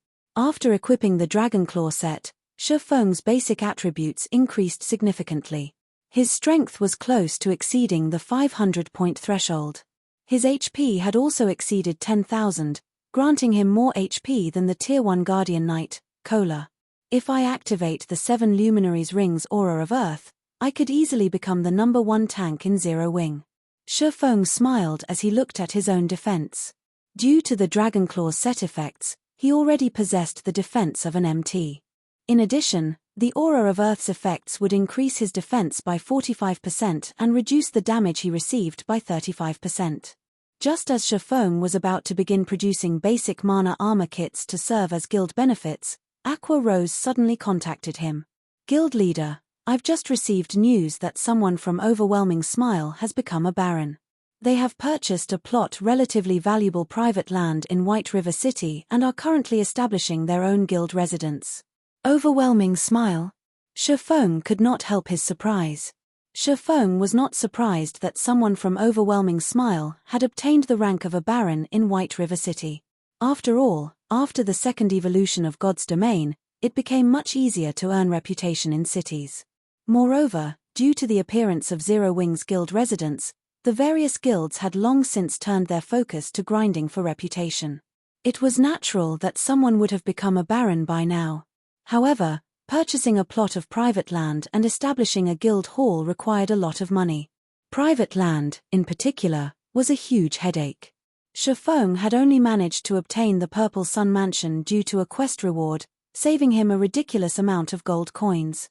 However, Overwhelming Smile could afford to purchase private land, and even had the money to proceed with building a guild hall immediately. Even the cheapest plot of land in White River City cost over 1,000 gold. Adding in the cost of the cheapest guild hall, Overwhelming Smile would need to spend at least 1,500 gold. Although it had become much easier to earn coins, even a first-rate guild would need over a week to accumulate so much money. Moreover, purchasing coins in bulk through the virtual trade center would cause the price of coins to soar. How many credits would one need to purchase so many gold coins? Since when had Overwhelming Smile become so wealthy? Chapter 467, Sweeping God's Domain. Chapter 467, Sweeping God's Domain. Aside from establishing a guild residence, Overwhelming Smile has also recruited a team of experts. These experts have been ambushing our teams and killing many of our members. Some of our Tier 1 members have encountered them before, and although they were no match for our members in a one-on-one battle, those experts are well trained and coordinate with each other flawlessly. With 3 people working together, they can finish off one of our Tier 1 members quickly. We estimate that Overwhelming Smile has over 100 of these experts and has scattered them across various leveling areas. They randomly appear and kill our members who are questing or leveling, causing us tremendous losses. Although we have invested a lot of time and manpower into hunting these experts down, we have come up with nothing. Aqua Rose ground her teeth with frustration as she spoke about Overwhelming Smile's mysterious experts, and she wanted to hunt them down and end them personally. Thanks to these experts, Zero Wing had lost an additional 2,000 or so members in just one day. Ever since Zero Wing had declared war on Overwhelming Smile, the guild had only suffered around 6,000 deaths. This little group of experts had caused over 2,000 of those deaths. Moreover, they had caused so much damage in one day. Aside from the lost equipment and levels, the compensation costs wounded the guild's finances. If this situation repeated itself every day, the several hundred gold the guild had accumulated through guild quests would only last a few more days before it dwindled to nothing. This means that Overwhelming Smile is finally getting serious. Frowning, Shifeng said, "Since they wish to send experts to ambush us, we have no need to hold back. Have Fire Dance and the others eliminate them. However, scatter the group to separate locations. We'll hold off on the team dungeon for now. As for our regular guild members, have them form teams to grind in the fields from now on." "Okay, I'll notify Fire Dance and the others immediately." Saying so, Aqua Rose disconnected the call. She then contacted Fire Dance and Zero Wing's other top combatants. Meanwhile, Shifeng halted his work in the forge. After tidying up, he left the forging room and hurried to the bank. Shifeng had never expected Overwhelming Smile to possess such a card. This situation certainly surpassed Shifeng's initial estimation of his enemy. Fortunately, Zero Wing had far more experts than Overwhelming Smile. In particular, Zero Wing possessed an absolute advantage when it came to Tier 1 players, as Overwhelming Smile still did not have a single Tier 1 player. All this time, Zero Wing's experts had split into 2 batches and took turns slaughtering Overwhelming Smile's members. This way, not only could they make Overwhelming Smile suffer, but they also wouldn't significantly hinder their own development. Now that over 100 experts had suddenly appeared in Overwhelming Smile, Shifeng would not let them run free. Moreover, the fact that Overwhelming Smile now possessed their own guild residents was bad news for Zero Wing. Originally, Zero Wing had only attracted so many new players to the guild due to their guild residents. The benefits a guild residence offered persuaded the guild members to ignore Overwhelming Smile's high offers and continue their development with Zero Wing. Now, however, Zero Wing's members would be tempted to join Overwhelming Smile as the benefits they could obtain there were not inferior in the slightest. However, gold coins were still what was most important. Originally, Overwhelming Smile was only wealthy in terms of credits. To Shifeng, the guild was no threat at all. After all, many of the items in God's domain could only be purchased with coins. Even if one had an endless supply of credits, the number of coins they could buy was limited. Furthermore, Overwhelming Smile was not the only guild in God's domain purchasing coins in bulk, further limiting what was available. In an all-out war between guilds, coins were the most consumed resource. There was the cost of purchasing and repairing equipment to consider, in addition to compensating guild members. Battles between players placed a massive burden on equipment durability. Take Shifeng's battles for example. A single strike from his sword could scrap bronze equipment. Only mysterious iron equipment could withstand his attack, and even then, it would only last a few extra hits. Even if the equipment was not destroyed, even elite players would cough blood with shock at the repair fee to recover the item. Although equipment could be purchased from the virtual trade center and compensation could be paid out using credits, the system controlled equipment repair fees, and it did not acknowledge credits. A single player's repair fee was not much, costing around 2 silver coins. The repair fee for 10,000 players, however, would be at least 200 gold coins, a very frightening amount. Not to mention, the higher quality equipment a player wore, the higher their repair fee would be. Although the repair fees were not the guild's responsibility, but the players, how many times could a player afford to repair their equipment in a long war? Once players ran out of money, how could they continue to involve themselves in the war if their equipment was close to breaking? Unless they decided to risk themselves without weapons and armor. In the early stages of the war, the guild members would accept credits as compensation and reward. However, after some time, they would need to purchase coins with the credits they received. Hence, coins were the true foundation of wars in God's domain. Meanwhile, a guild residence was a guild's main source of income for coins during the early stages of God's domain.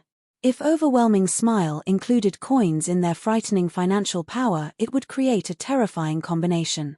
Shifeng could not afford to continue focusing on plots to earn money. He needed to take action. After returning the Philosopher's Stone to his warehouse, Shifeng used the 7 Luminaries gemstone and teleported to Blackwing City, taking the dragon scale sets with him. At present, Blackwing City had become a gathering place for players from kingdoms and empires all over God's domain. Compared to Shifeng's previous visits to the city, the player population had grown significantly. Moreover, there was an important difference between the players in Blackwing City and the players in other cities. Wealth. The players in Blackwing City were extremely wealthy. Moreover, the money these players possessed did not only involve credits, but also included gold coins. A majority of the players in Blackwing City were the upper management personnel of various large guilds, and they had come to Blackwing City specifically to do business. Hence, the amount of credits and coins they had on hand far surpassed anything that an ordinary player possessed. Blackwing City was truly the gathering place for tycoons. This was also why Shifeng had come to this place today. Shifeng had no intentions of selling the dragon scale set equipment for credits. His goal was to earn gold coins. If he sold the dragon scale set equipment in Starmoon Kingdom's auction houses or at the Starstreak trading firm, he would not get a good price. In addition, unlike the players in Blackwing City who would spend several gold coins without even blinking, Players who could afford such large expenditures were few and far between in Starmoon Kingdom. After arriving at Blackwing City, Shifeng searched for a secluded location. He then used the demon mask to don a false identity. Unlike his previous visit when he tried to keep a low profile, Shifeng changed his appearance to that of a very handsome youth. He had even slightly altered the appearance of the Dragonclaw set equipment he wore, making it look more imposing. He also chose not to hide the special glowing effect of the Dragonclaw set equipment, revealing the telltale light of dark gold equipment. When he reached the streets, the dark gold rank glowing effect that enveloped his body nearly blinded other players. Damn! My eyes aren't playing tricks on me, right? That's a dark gold set equipment. Impossible. It looks awesome. Our guild doesn't even possess a set of fine gold set equipment. Just who is he? Shifeng dominated the attention of the players wandering the streets, their eyes nearly popping out of their sockets as they stared at him in a daze.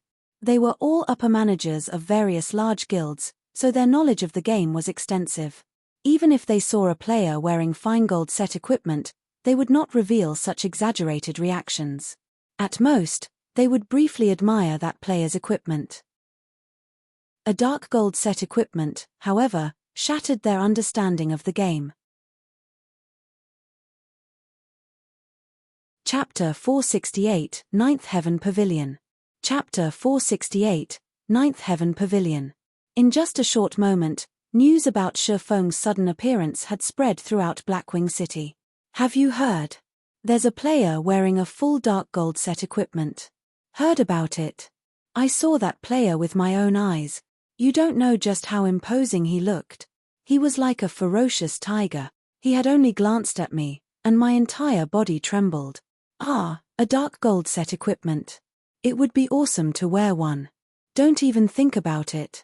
The various guilds throughout God's domain can't even obtain a fine gold set equipment, let alone dark gold. With a dark gold set equipment, PvP and dungeon raiding would be child's play. If an expert wears the set, they will become practically invincible. Do you think that person will sell his dark gold set equipment? Sell? Are you insane? Do you even know the significance of a dark gold set equipment? A dark gold set equipment is the best equipment currently available in God's domain by far. This set could even become the symbol of a guild, attracting countless players to join. On top of that, the rise in combat power the set provides would make grinding and dungeon raiding far easier. It would play a huge role in one's future development. If it were up to me, I would rather sell my house than sell my dark gold set equipment. I guess you're right. If purchased with credits, a dark gold set equipment should be worth at least 2 million. Including its ability to increase a guild's influence, it is worth more than a single house located in the city center. The players occupying the streets and alleys of Blackwing City discussed Shifeng. They envied and admired his dark gold set equipment. Before, many of them had dreamed of equipping a fine gold set equipment themselves. Yet, now, someone actually wore a dark gold set equipment. No, to be precise, someone ran around Blackwing City while wearing a house. While players talked about Shifeng, the various guild representatives in Blackwing City overworked themselves as they followed Shifeng while reporting back to their respective guilds. Currently, they no longer had the serenity befitting an upper manager of a guild as their anxiety was on full display. This has worked out quite well. Shifeng revealed a faint smile as he glanced at the various guild representatives behind him. Although he was in Blackwing City, it would not be so easy to sell out of the Dragonscale set equipment quickly. Soon, Shifeng found a high-class restaurant and rested for a moment. Before Shifeng could get comfortable, a few players abruptly sat across from him. These players were all level 25 and above, and their equipment was at least secret silver rank. One could easily tell that these were not ordinary players. They would be the center of attention on the streets of any other city. However, they could not compete with Shifeng. Shifeng's dark gold set equipment was as dazzling as the sun, and one would find it difficult not to notice. What business do you have with me? Shifeng spoke softly as glanced up at these players. These players felt their chests tighten under Shifeng's pinning gaze, and their opinions of the player before them rose. Friend, please don't misunderstand us. This humble one is called Swallow 9. We noticed your extraordinary bearing, and that you wear a full dark gold set equipment, so there is certainly no need to discuss your strength. We have also noticed that you are an independent player. We few are the representatives of major guilds, and we want to extend invitations to our guilds. The one who spoke was an elegant middle-aged man with a thin figure. On his chest, the man wore the guild emblem of a super guild, the Ninth Heaven Pavilion. Compared to the other representatives before Shafong, it was obvious that the power supporting Swallow 9 was far more extensive. If first-rate guilds were the princes and princesses of the virtual gaming world, then super guilds were emperors and empresses. Whether regarding financial powers, influence, or history of super guilds, first-rate guilds could not compare to any of them. In God's domain, a first-rate guild was capable of controlling the majority of a kingdom's territory. A super guild, however, possessed the capacity to control one or two empires' territories. One could just imagine how massive the gap was between the two. Meanwhile, Ninth Heaven Pavilion was a rather ancient super guild. Before the appearance of God's domain, they had been the overlords of several dozen large-scale virtual reality games. They had long since created a gigantic virtual empire for themselves. However, due to the appearance of God's domain, many virtual reality games had lost their markets. Thus, the Ninth Heaven Pavilion focused their investments on God's domain. Meanwhile, the fact that the middle-aged man before Shafong was the guild representative of the Ninth Heaven Pavilion spoke volumes of his abilities. I'm waiting for someone. I also have no interest in joining any guild, so please leave. Shafong expressed his impatience, going so far as to reveal a trace of killing intent. Shafong's strength allowed him to face a lord as an equal. After going berserk, he could even overwhelm a lord-ranked monster. After living in God's domain for a time, players' intuitions had improved somewhat. Even ordinary players could vaguely sense things such as killing intent, let alone elites and expert players. If Shafong casually released a little killing intent, he could inflict a suffocating fear onto an ordinary player. The feeling was more intense for elites and experts who could sense killing intent with more clarity. So strong. Swallow 9 was inwardly shocked. Although Shafong had not taken any action, he could feel how powerful Shafong was.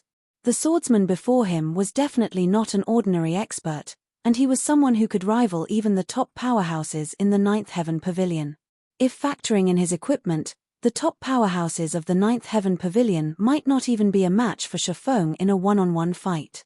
However, this revelation had only served to excite Swallow 9 further. Friend, if you are not willing to join, why don't we become friends? Swallow 9 did not mind Shafong's killing intent at all. Smiling, he said, with such strength, I believe that you must have a lot of weapons and equipment that you do not need. I am willing to purchase your items 20% higher than market value. How about it? The other representatives had nodded in agreement, though they were not as calm and carefree as Swallow 9. They had never thought, even for a second, that Shafong would join their guilds.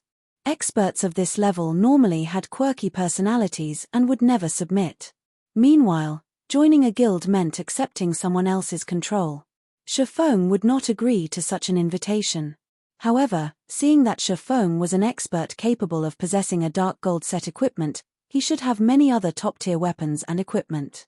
Even if Shafong did not possess an extra dark gold set equipment, at the very least, he should have a stock of dark gold or fine gold ranked items. Such items were extremely difficult to purchase. It was common knowledge that top-tier equipment could not be bought from the market. Even top-tier workshops would keep such equipment for themselves, they definitely would not sell it. If one wished to obtain such equipment, they could only rely on themselves. However, it was easier said than done. Now that they had encountered such a rare opportunity, naturally, they could not let it get away. You wish to buy my items? Shafong laughed. With disdain, he then said, do you think you can afford them? If you have something to sell, regardless of how many items there are, I, Swallow 9, guarantee that I will purchase all of them at 20% above market value. If you have top-tier equipment, I will purchase it at 50% above market value, Swallow 9 confidently declared. Right. Our guilds have no issues doing the same, the other representatives promptly voiced their agreement. Although their guilds could not compare to the Ninth Heaven Pavilion, they were still major guilds. They had more than enough money to purchase a single expert's extra equipment. Ha ha ha. Interesting. Interesting. Shifeng suddenly laughed. However, Shifeng's actions only made Swallow 9 and the others turn to look at each other. 1,000 gold. If you have 1,000 gold on your persons right now, I will consider letting you look at the equipment I no longer need. Otherwise, scram. Find someone else to disturb. Chapter 469, Gathering of the Powerful. Chapter 469, Gathering of the Powerful. Shifeng was very loud, and every player on the second floor of the restaurant had heard his words loud and clear. 1,000 gold. Many of the guild representatives in the restaurant with similar ideas as Swallow 9 immediately sucked in a cold breath. To any guild in God's domain, 1,000 gold was not a small sum. Super guilds were no exception. Guilds supported a majority of the layers in Blackwing City. Although they were all very rich, their maximum trade volumes would not exceed 100 gold. Meanwhile, Shifeng casually demanded a price of 1,000 gold. Moreover, this was only the bottom line. If they did not have 1,000 gold in their bags, he wouldn't even consider a trade. How arrogant. He was simply too arrogant. However, despite Shifeng's arrogance, not a single person present had chosen to turn around and leave. On the contrary, they promptly contacted their respective guilds, ordering the preparation of 1,000 gold. 1,000 gold? You're insane. Do you know the significance of 1,000 gold at this stage of the game? What? That expert in the dark gold set equipment stated that he would only consider a trade with someone possessing 1,000 gold. The various guilds were shocked upon receiving this news. However, that shock soon turned into rage, as these guilds felt that Shifeng was only toying with them. 1,000 gold. Currently, gold coins were still scarce. Although the prices of coins had decreased significantly, even 10 million credits was not enough to purchase 1,000 gold. Moreover, not even a dark gold set equipment was worth 1,000 gold. What? Don't have it? Shifeng smirked at Swallow 9 and the others. Impatiently, he said, "Since you don't have it, please leave. Stop disturbing my peace." "No, please wait a moment. It is true that I do not have that much money on me right now. However, someone will send the money over quickly," Swallow 9 said as he calmed his pounding heart. He had to admit that Shifeng had given him a fright. However, the more arrogantly Shifeng behaved, the more Swallow 9 believed that Shifeng had something valuable to offer. Experts of this level had very high self-esteem, and an arrogant attitude was normal. However, one thing was certain. Such experts would not fabricate false rumors. If Shifeng dared to make such ridiculous statements, then he definitely had the capital to do so. Although Swallow 9 did not know what that capital was, he knew that it would not be insignificant. TCH, truly annoying. Shifeng frowned at Swallow 9's words. Paying no more attention to the middle-aged man, Shifeng called up the official forums and began to browse. Everything was going according to plan. Moreover, shortly after he had stated his price of 1,000 gold, a post about him had set the official forums of God's domain on fire. There was even a post mentioning the 1,000 gold trade qualification he had demanded. Many people had begun to discuss the situation. They all felt that Shifeng was a lunatic and was too arrogant. Some had even begun to doubt his equipment. Quickly, this news had attracted the attention of even more guilds. After a dozen minutes or so, the restaurant Shifeng occupied exploded with activity. Players filled the restaurant, and every one of them represented a guild. The majority of the guilds present were first-rate guilds, with the lowest being second-rate guilds. 2 additional super guilds had even arrived. One of the new super guilds to arrive was Sanctuary, while the other was King's Return. These 2 super guilds were powerhouses similar to the Ninth Heaven Pavilion. Currently, the representatives of so many famous guilds, including 3 super guilds, had gathered in this one high-class restaurant. This was something that had never happened in the past. And all of this was due to the sudden appearance of a mysterious expert. Of the 3 super guild representatives, 2 were men, and the last was a woman. Among them, Swallow 9 represented the ninth heaven pavilion, a polished woman named Flourishing Colors represented Sanctuary, and King's Return was represented by a crude and brawner-looking man named Thunder Tiger. Flourishing Colors was a level 26 summoner, whereas Thunder Tiger was a level 26 berserker. It was clear that the three Super Guild representatives knew each other. As the moment the three met, they began to chat as if they were old friends. Shifeng glanced at the second floor, discovering that the high-class restaurant seemed to represent God's domain's current power. As Swallow 9, Flourishing Colors, and Thunder Tiger were representatives of super guilds, the three sat opposite of Shifeng. As for the representatives of first-rate guilds, they hovered nearby. As for the few second-rate guilds, they sat near the staircase. The hierarchy had been clearly established. The three belonging to super guilds paid no attention to those belonging to first-rate guilds, and those belonging to first-rate guilds paid no attention to the second-rate guilds. The representatives present only spoke to those on the same level as themselves. If Zero Wing attended this gathering, its representative would most likely have to stand at the restaurant's entrance. After half an hour, Swallow 9 finally spoke. "I've put together my 1,000 gold.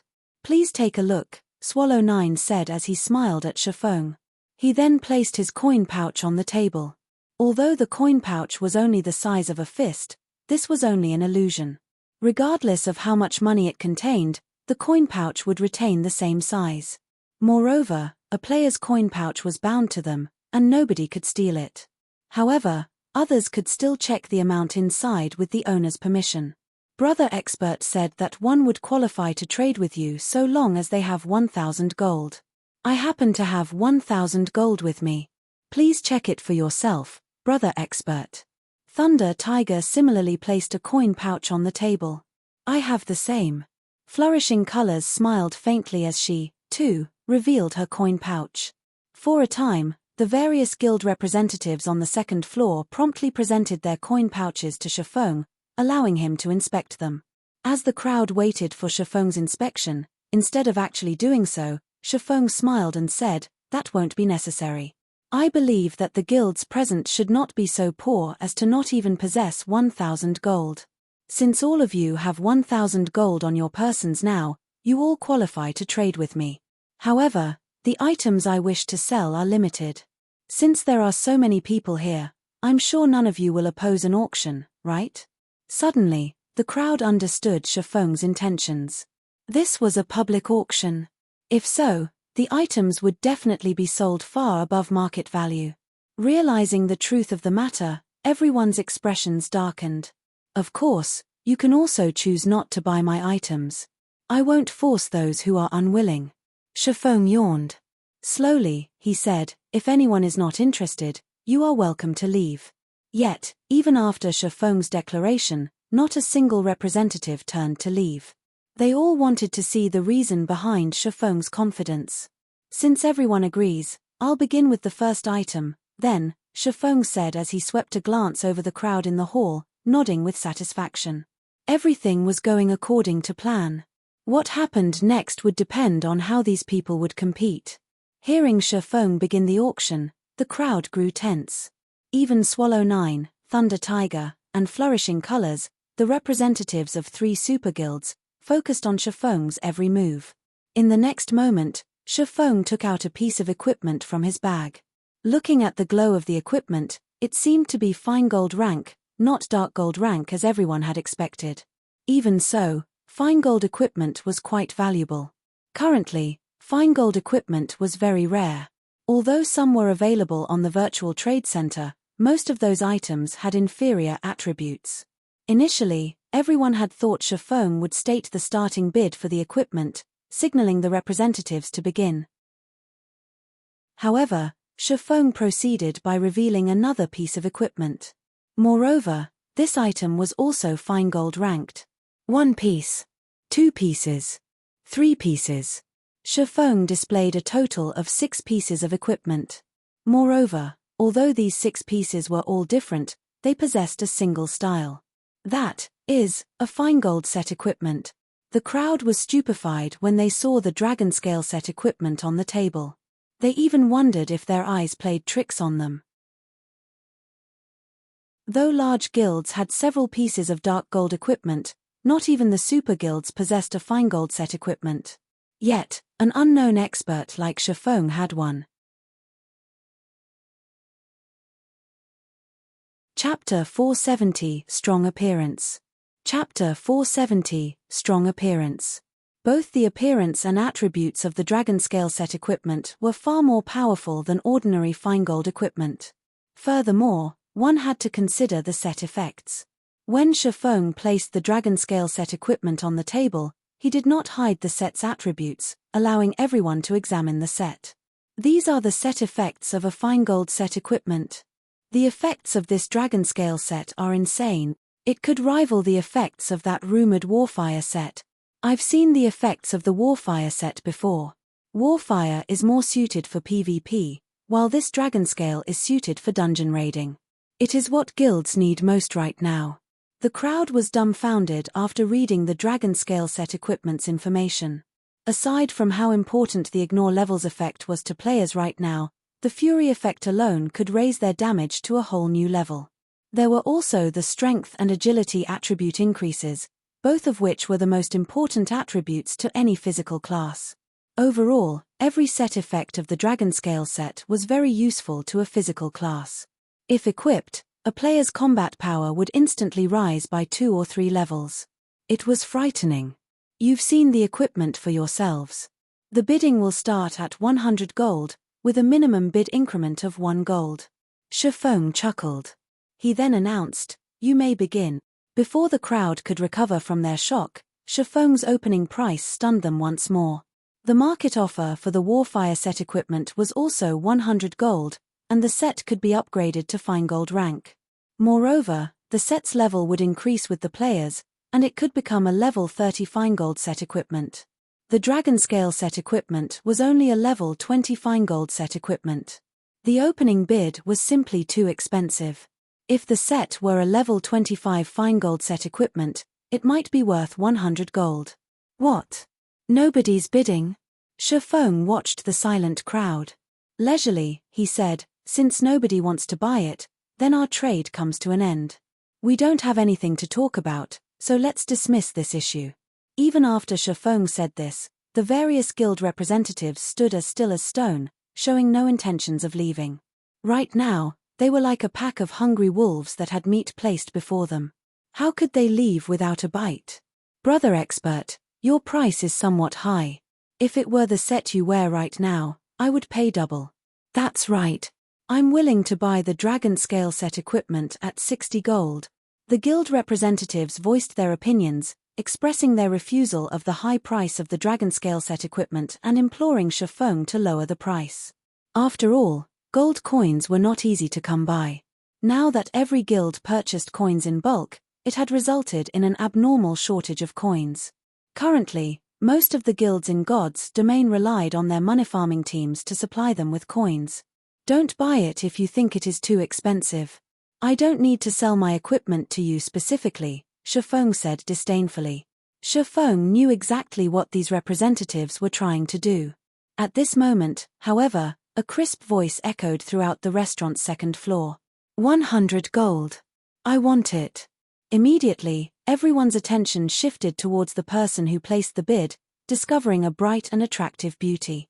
Moreover, the majority of the equipment this beauty wore was fine gold rank, and the staff strapped to her back even emitted the glow unique to dark gold items.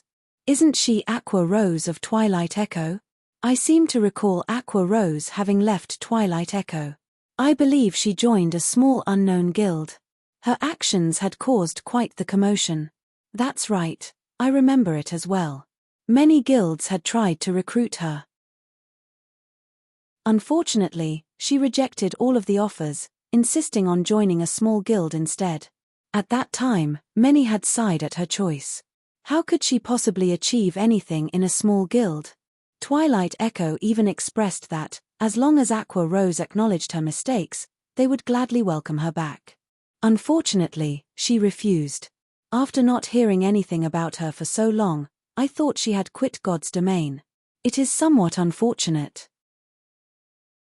However, based on her current appearance, it seems that she is getting by quite well. She even wields a dark gold weapon. No matter what was said or done, Aqua Rose is very talented and powerful. With the nurturing of a small guild and some luck, it isn't exactly impossible to obtain level 20 fine gold and dark gold equipment. However, she probably won't grow beyond that. After all, a small guild is still a small guild. The crowd instantly fell into a discussion about Aqua Rose. She was quite famous in the virtual gaming world, and like the snow goddess, she had been nicknamed the Rose Goddess. Naturally, the guild representatives recognized her. The crowd's attention turned from Aqua Rose, shifting towards Twilight Echo's representative. Twilight Echo's representative, Brilliant War God, had also noticed Aqua Rose's appearance. He was visibly delighted. It was especially true when he heard everyone's evaluation of the woman. Ever since he had suffered defeat at Shifeng's hands, due to the punishment from the system, his leveling speed had slowed to a crawl. Even when he accompanied others, he could not level any faster. Having no other choice, he chose to act as the guild's representative and mingled in Blackwing City. He hated Shifeng fiercely for placing him in his current situation. Previously, he had allowed Aqua Rose to leave Twilight Echo with ulterior motives. He wanted to teach Aqua Rose that she was nothing without Twilight Echo, and in the end, she would beg to return to the guild. However, upon seeing Aqua Rose's equipment and level, Brilliant War God's expression sank, disappointed. "Keep up your pretenses. I want to see just how long you can keep up the act." Brilliant War God had paid close attention to Zero Wing, so he knew that Zero Wing was currently engaged in an all-out war against Overwhelming Smile. Others might not know Overwhelming Smile's backer, but he did. A tiny guild like Zero Wing would only last a few more days. Alright, 100 gold going once. 100 gold going twice. Shifeng did not care whether the crowd paid attention to Twilight Echo's representative or not. He just smiled faintly as he confirmed the bid. Immediately, his words shook everyone back to their senses, and the representatives promptly started shouting their own bids. 101 gold. 103 gold. 108 gold. The dragon scale set equipment that nobody wanted had suddenly risen to a price of 132 gold. What had happened to 100 gold is too expensive. Their complaints had been nothing more than nonsense. After all, this was a level 20 fine gold set equipment that none of the guilds in God's domain possessed. Although the set was not particularly suitable for MTS, it still had better effects than the individual equipment pieces that their MTS currently wore. How could they possibly give up on it? When Thunder Tiger placed a bid of 132 gold, the crowd began to hesitate. 150 gold. Aqua Rose calmly rose the bid. The crowd turned to look at each other, shocked. Even to a large guild, 150 gold was not cheap. To a small guild, that should practically be all they had. Yet, Aqua Rose seemed not to care about the price at all. The representatives began to wonder what kind of guild supported Aqua Rose. 155 gold. Swallow 9 stated. 158 gold. Flourishing Colors began to bid as well. 150 gold was almost the limit a first-rate guild would willingly bid, any more would be too expensive. However, the 3 super guilds did not care about this price. Just as the 3 super guilds began to compete with each other. 200 gold. Although Aqua Rose's voice was not particularly loud, her bid swept through the crowd like a chilling wave. Chapter 471 It is difficult to breed true dragons in shallow waters. Chapter 471 It is difficult to breed true dragons in shallow waters. 200 gold coins. The crowd immediately fell silent. Everyone turned to Aqua Rose, the Rose Goddess who had left the first-rate guild Twilight Echo. She's insane. Spending 200 gold coins just to garner some fame is foolish. Does the guild behind her really possess so much money that they can disregard 200 gold? Every representative had their own speculation. Some believed that Aqua Rose was trying to use the money to buy fame, while some believed that the guild supporting her possessed an extraordinary background. However, regardless of the reasons behind her actions, everyone's admiration for Aqua Rose grew. Every guild here could afford to spend 200 gold. After all, before Shifeng had started his auction, he had required that anyone who wanted to trade with him must first carry 1,000 gold on them. If not for the 1,000 gold in their bags, they would not be so shameless as to participate in the auction. Every guild in this restaurant was a reputable major power. If others discovered that they did not have 1,000 gold in their bags, it would tarnish their guild's reputation. However, although they had the money, they would not spend it on useless items. They would only buy that which had value to their guilds. After all, their members had struggled to earn every gold coin. Nobody wanted to be played for a fool. The 3 super guild representatives were also silent. They looked at Aqua Rose with curiosity, confused as to what the Rose Goddess was attempting to do. 200 gold going once. Shifeng watched the calm and composed Aqua Rose, silently praising her performance. He had to admit that Aqua Rose's confident smile even led him to believe that 200 gold was no different from spare change to her. 200 gold going twice. Just as Shifeng shouted the second time, Brilliant War God suddenly shouted, 201 gold. This young master wants it. 210 gold, Aqua Rose said as she glared at Brilliant War God, disgust and hatred filling her eyes. 211 gold, Brilliant War God sneered. Although he was not particularly interested in the dragon scale set equipment, he could not stomach letting Aqua Rose garner fame in front of this crowd. If that happened, it would wound his reputation. Hence, he could not allow Aqua Rose to have the dragon scale set equipment, allowing her to enjoy the limelight. 300 gold. Done wasting time, Aqua Rose significantly raised the bid. The other guild representatives were stunned. The 3 super guild representatives shook their heads helplessly. The price was simply too high. Previously, everyone had believed that Aqua Rose would never rise without the help of Twilight Echo. Yet, Aqua Rose's current performance was more domineering than during her time in Twilight Echo. She was no less imposing than Ouroboros's guild leader, the snow goddess Gentle Snow. They could not understand why Twilight Echo had discarded Aqua Rose. Brilliant War God's heart trembled upon hearing this bid. Gritting his teeth, he shouted, 301 gold.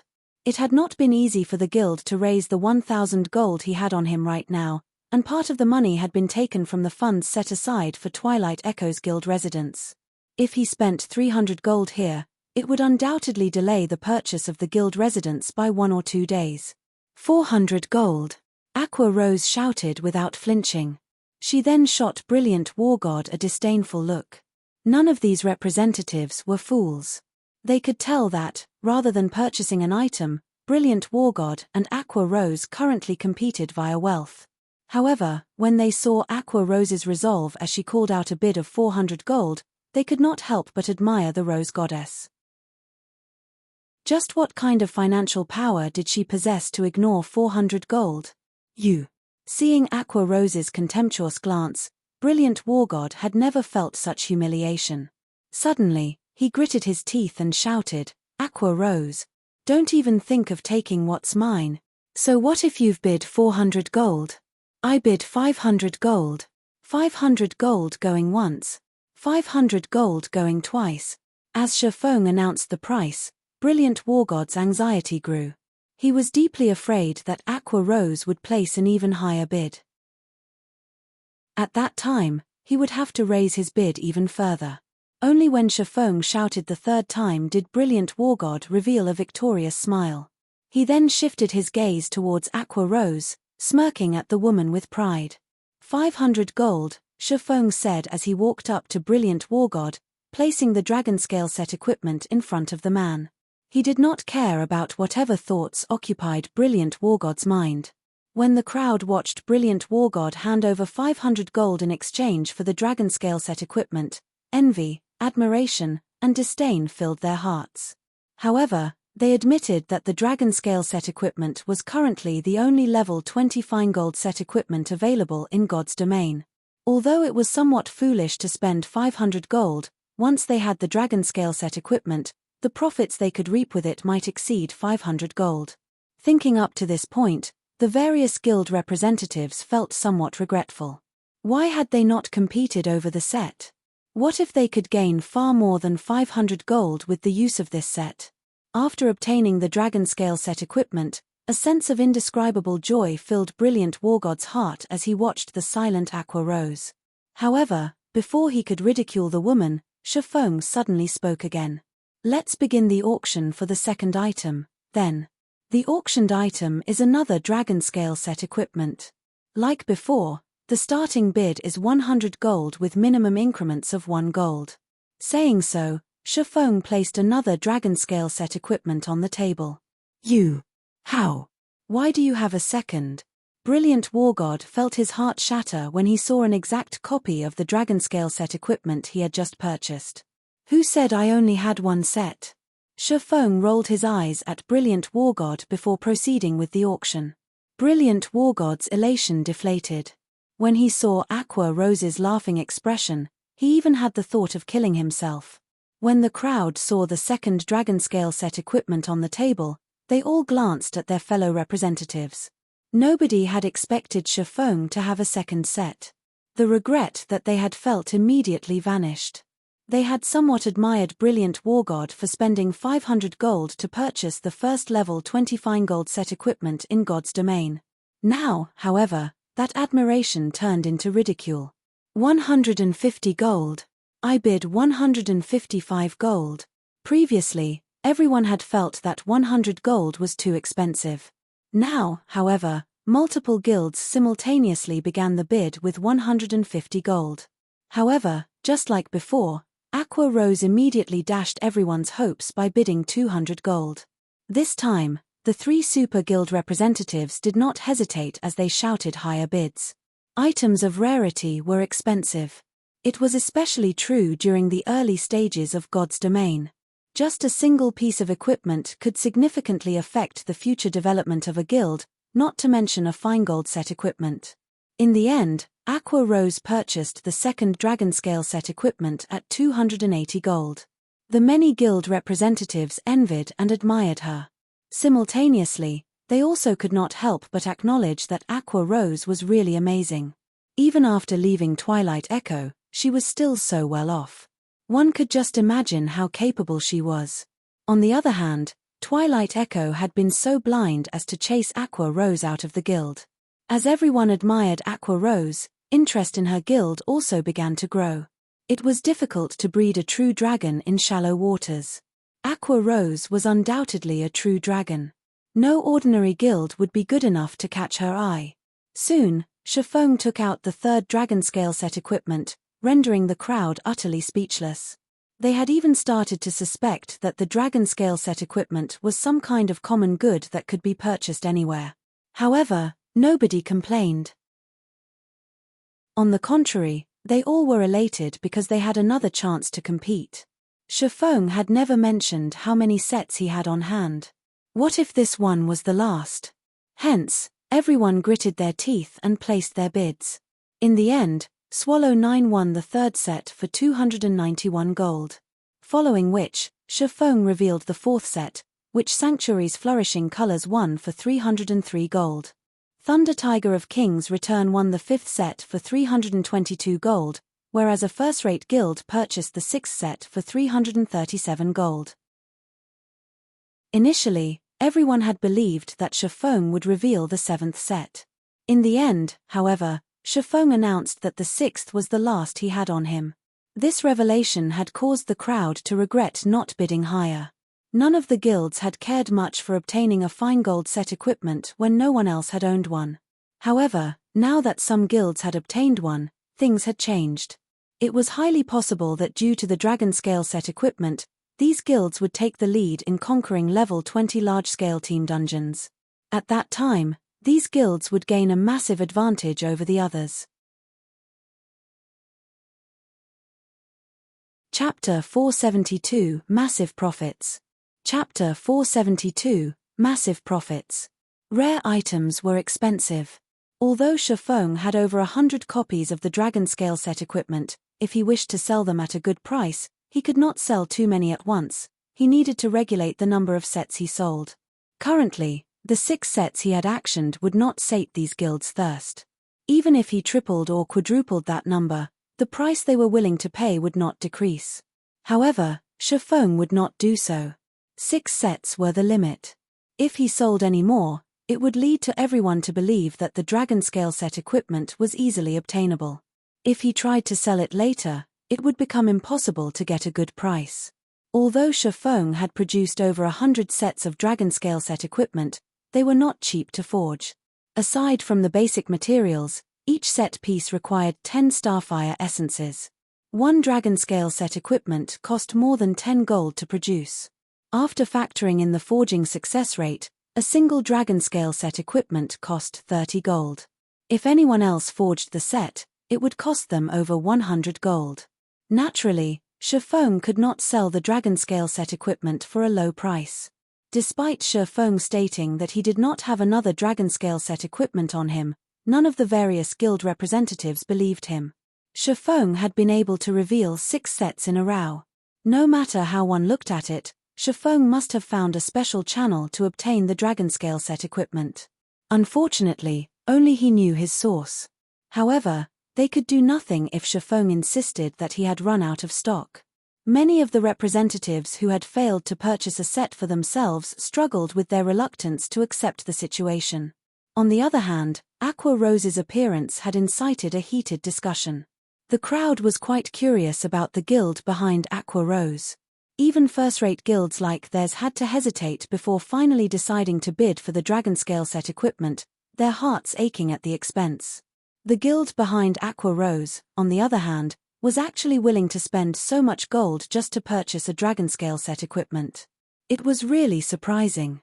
After the auction concluded, Shifeng did not linger in the restaurant. Instead, he left and searched for a hotel to rest and change his appearance using the demon mask once again. Sure enough, there are quite a number of people following me. Shifeng glanced at the players inside the hotel's lobby. The moment he came downstairs, these players had promptly turned to look at him. No matter what was said or done, the dragon scale set equipment was a level 20 fine gold set equipment. The various guilds' desire for the dragon scale set equipment was self-evident. Even if he did not sell the set in bulk, it's difficult to avoid attracting attention. These guilds would naturally try to discover the origin of the dragon scale set equipment.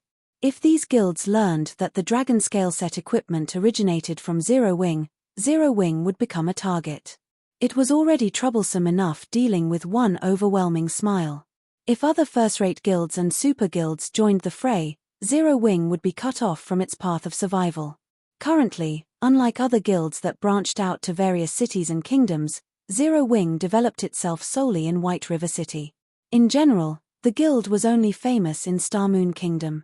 Outside of Star Moon Kingdom, it was simply another unknown guild.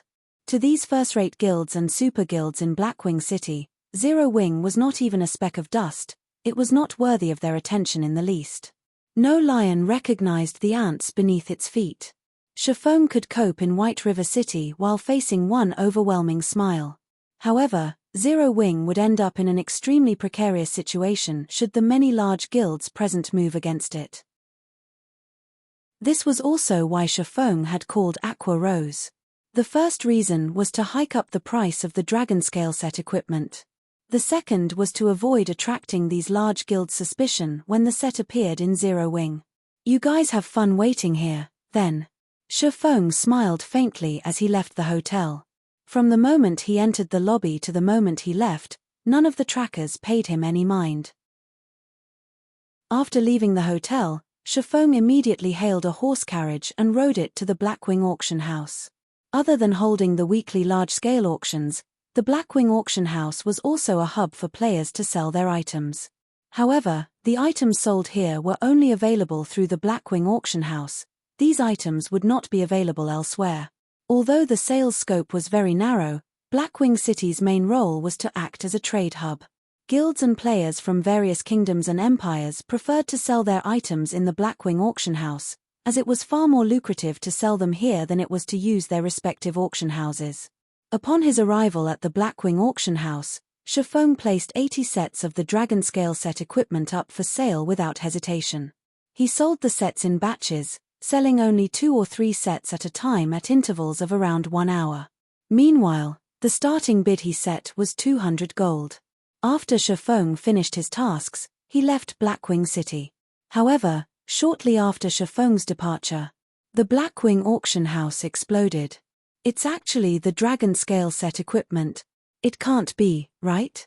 Someone is actually selling the dragon scale set equipment on the auction house. The price is high.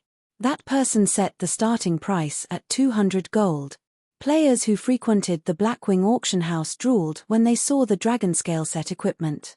Who knew how many items they had to sell to afford the price tag of this set equipment? News of the situation swiftly spread throughout Blackwing City. Previously, due to Shifeng auctioning the dragon scale set equipment, information regarding the set had long since flowed between the various large guilds. Moreover, the fact that the 3 super guilds had each purchased a dragon scale set equipment had placed a significant amount of pressure on the first-rate guilds, increasing their desire to own one for themselves. However, since Shifeng no longer sold the sets, they could only dream of owning one. Now that they had received news of more sets being available, they had to compete for them. For a time, the dragon scale set equipment's price increased rapidly. In a short moment, the bids had risen from 200 gold to 280 gold. In the end, the first 3 sets of dragon scale set equipment in the Blackwing auction house had sold for 316 gold, 324 gold, and 328 gold. In an instant, Shifeng had made a massive profit. However, Shifeng knew that this was only the beginning. The competition between the various large guilds was intense. It was of utmost importance to have a strong MT. Although the dragon scale set equipment was not particularly suitable for MTS, the set effects could increase an MT's strength significantly. This alone was enough to drive the large guilds crazy over the set. Hence, the price of the dragon scale set equipment would only increase from this point forward. Meanwhile, all of these gold coins secretly flowed into Shifeng's pockets with none the wiser. The speed at which he currently earned money far surpassed the Starstreak trading firm. However, this could not be helped. The Starstreak trading firm's scope of operations was limited to White River City and the few surrounding cities. Meanwhile, Blackwing City catered to players across all of God's domain. Even a dozen Starstreak trading firms could not compare to the Blackwing auction house. During Shifeng's visit to Blackwing City, Overwhelming Smile had not sat idle. The slightly over 100 mysterious experts had suddenly increased to more than 200. Although these mysterious experts had slaughtered Zero Wing's members, Zero Wing was no pushover, either. The guild's 50-plus Tier 1 experts had similarly caused a significant amount of trouble for Overwhelming Smile. The experts of both sides had suffered some losses. However, as Zero Wing had fewer members on their side, it began to fall behind. For a time, the level 20 maps around White River City had become the battlefield for the 2 guilds. This had frightened other players, and nobody dared go anywhere near these battlefields. In just a few hours, both sides had suffered over 1,000 deaths. The gold coins each guild had to spend was also shocking. Each guild would, most likely, have to spend over 500 gold a day. Is Overwhelming Smile aiming for a swift conclusion? Shifeng was confused, and he frowned deeply when he saw the death count of both guilds. Chapter 473, Black Dragon Phantom. Chapter 473, Black Dragon Phantom. ___. Shifeng could not help but admire Overwhelming Smile's decisiveness. They had actually increased the number of well-trained open warfare experts they had to over 200. Even first-rate guilds would not dare station over 200 experts in a single city. Not even Starmoon City would receive such treatment. After all, there were over 100 cities in the entire Starmoon Kingdom. It was not wise to put all of one's eggs in one basket. Guild leader, should I have our members go to areas with fewer resources to level? If we continue this exchange with Overwhelming Smile, it will severely affect our guild's development rate, Aqua Rose inquired, worried. Originally, Aqua Rose had been very confident of defeating Overwhelming Smile. After all, Shifeng had earned quite a lot of money through the sales of the dragon scale set equipment. He had earned over 1,700 gold just from the auction in the restaurant. With so much gold on hand and the follow-up income, they could easily drown Overwhelming Smile in gold coins if they wanted to. However, Overwhelming Smile's current performance was too effective. How, exactly, had Overwhelming Smile managed to recruit so many experts? Overwhelming Smile gave them no room to breathe as its attacks became stronger with each consecutive wave. Although the experts on their side were more powerful, their opponents would flee whenever they encountered Zero Wing's Tier 1 players. Moreover, Overwhelming Smile had more experts on their side than Zero Wing. When comparing the number of players each side could kill, Zero Wing was outmatched. Sure enough, these mysterious experts are a big problem, Shifeng scowled. If he did not deal with this matter properly, Zero Wing would fall. At that point, money would be useless. However, experts that used hit-and-run tactics were also the most difficult opponents to face. This was why so many powerful solo players and independent teams had caused the various large guilds massive headaches in the past, to the point where the latter did not dare provoke the former.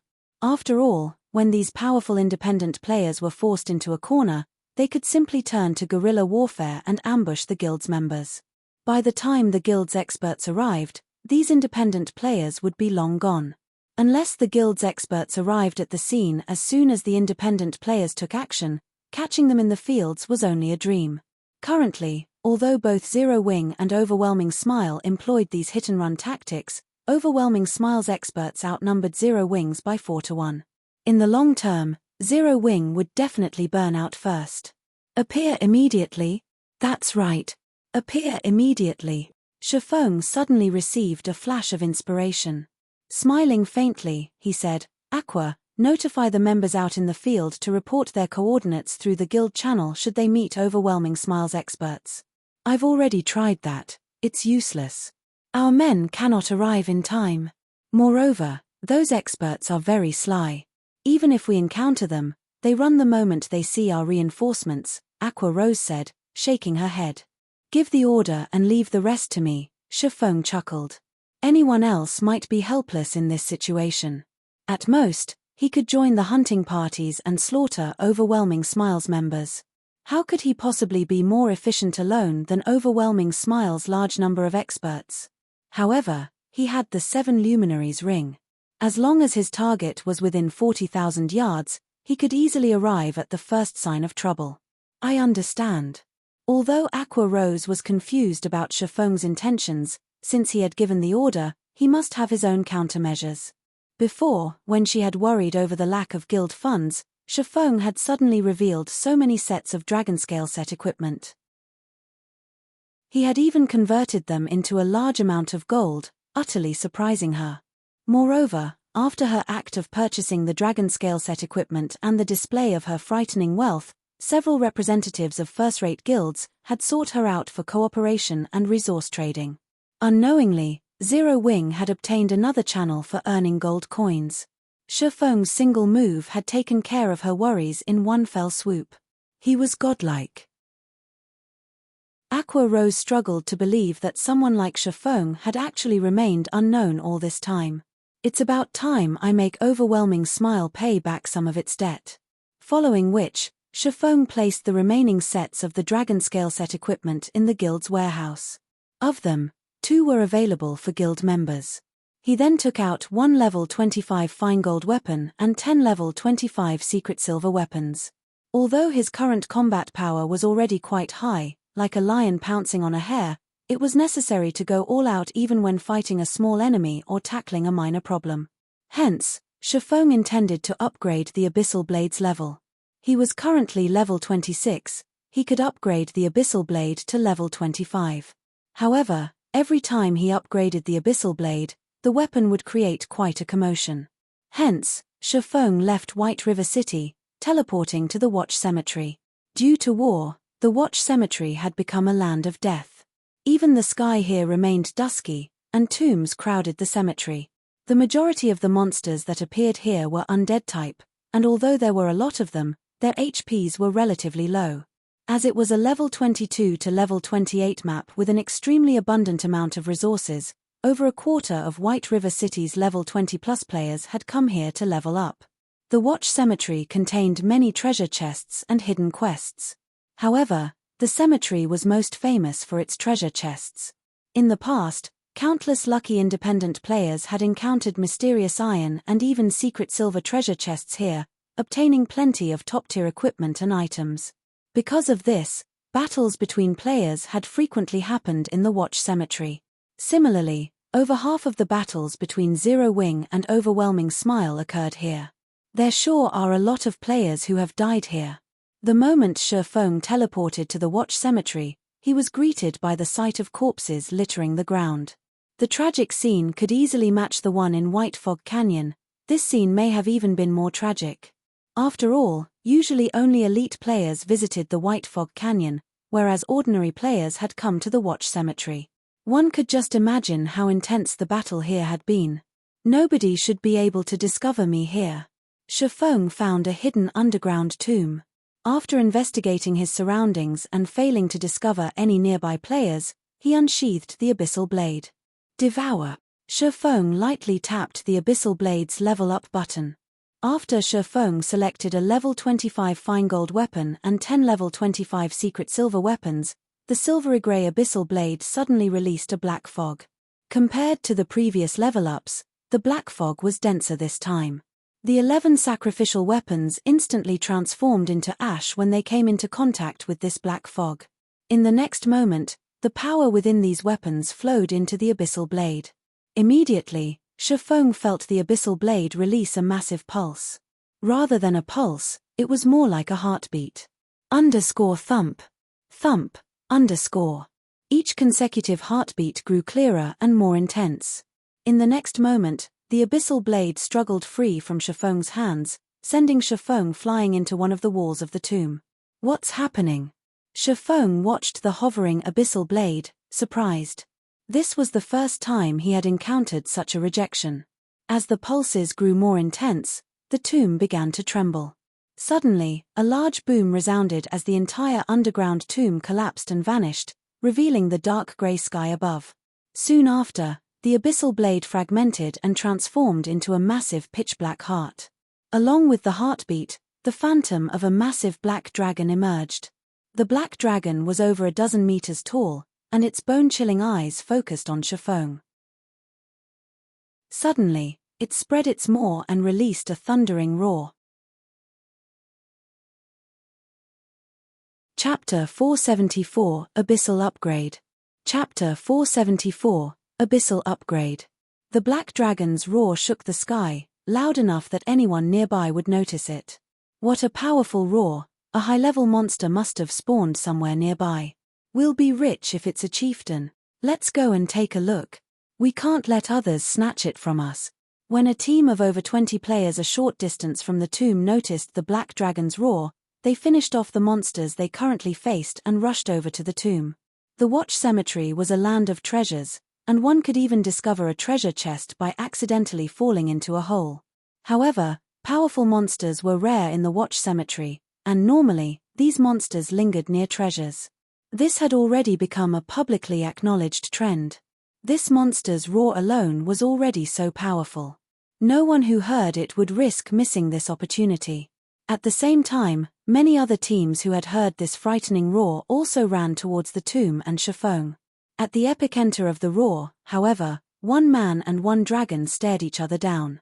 The dragon released a frightening aura, and the surrounding air had begun to stagnate. Is this the backlash? At this moment, Shifeng had heightened his 5 senses to their very limits, wearing a grim expression. All of his concentration was on the black dragon phantom before him. Although the black dragon was not the real thing, only a phantom, Shifeng proceeded with caution. Moreover, Shifeng had not reacted in such a way intentionally. His response had been an unconscious decision. The chilling killing intent in the phantom's gaze was so intense that Shifeng was breathless. He had never felt anything like this before, even against a great lord. Shifeng had never encountered the backlash of a magic weapon before. He had also never heard about what exactly occurred during a backlash. However, seeing that so many top-tier experts had fallen to it in the past, a magic weapon's backlash was no trivial matter. A single mistake and Shifeng might end up with a crippled character. This was also why every player had to consider their options carefully when they obtained a magic weapon. While Shifeng prepared to face a powerful enemy, The black dragon's phantom only pinned Shifeng with its crimson eyes. It had not attacked. "You're not going to strike?" Shifeng was slightly surprised. Although Shifeng had not taken any measures to deal with the Abyssal Blade's backlash, his brain activity's improvement had allowed him to reach the refinement realm. With the techniques he had learned, he was already more powerful than he had been in the past, so he was confident that he could deal with the backlash. The black dragon's phantom suddenly revealed a human-like sneer, deep disdain filling its eyes as it glared at Shifeng. Following which, the phantom vanished, leaving behind only a pile of ruins and the Abyssal Blade, which buried its blade in the ground. At this moment, the Abyssal Blade had recovered its original black color and was now thoroughly pitch black.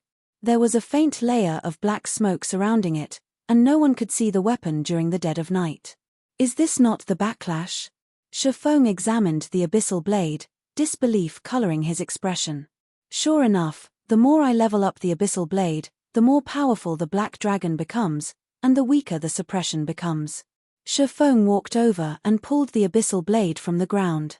He then checked the attributes of the magic weapon. Abyssal Blade, one-handed sword, magic weapon. Attack power plus 423. All attributes plus 36. Attack speed plus 12. Ignore levels plus 12.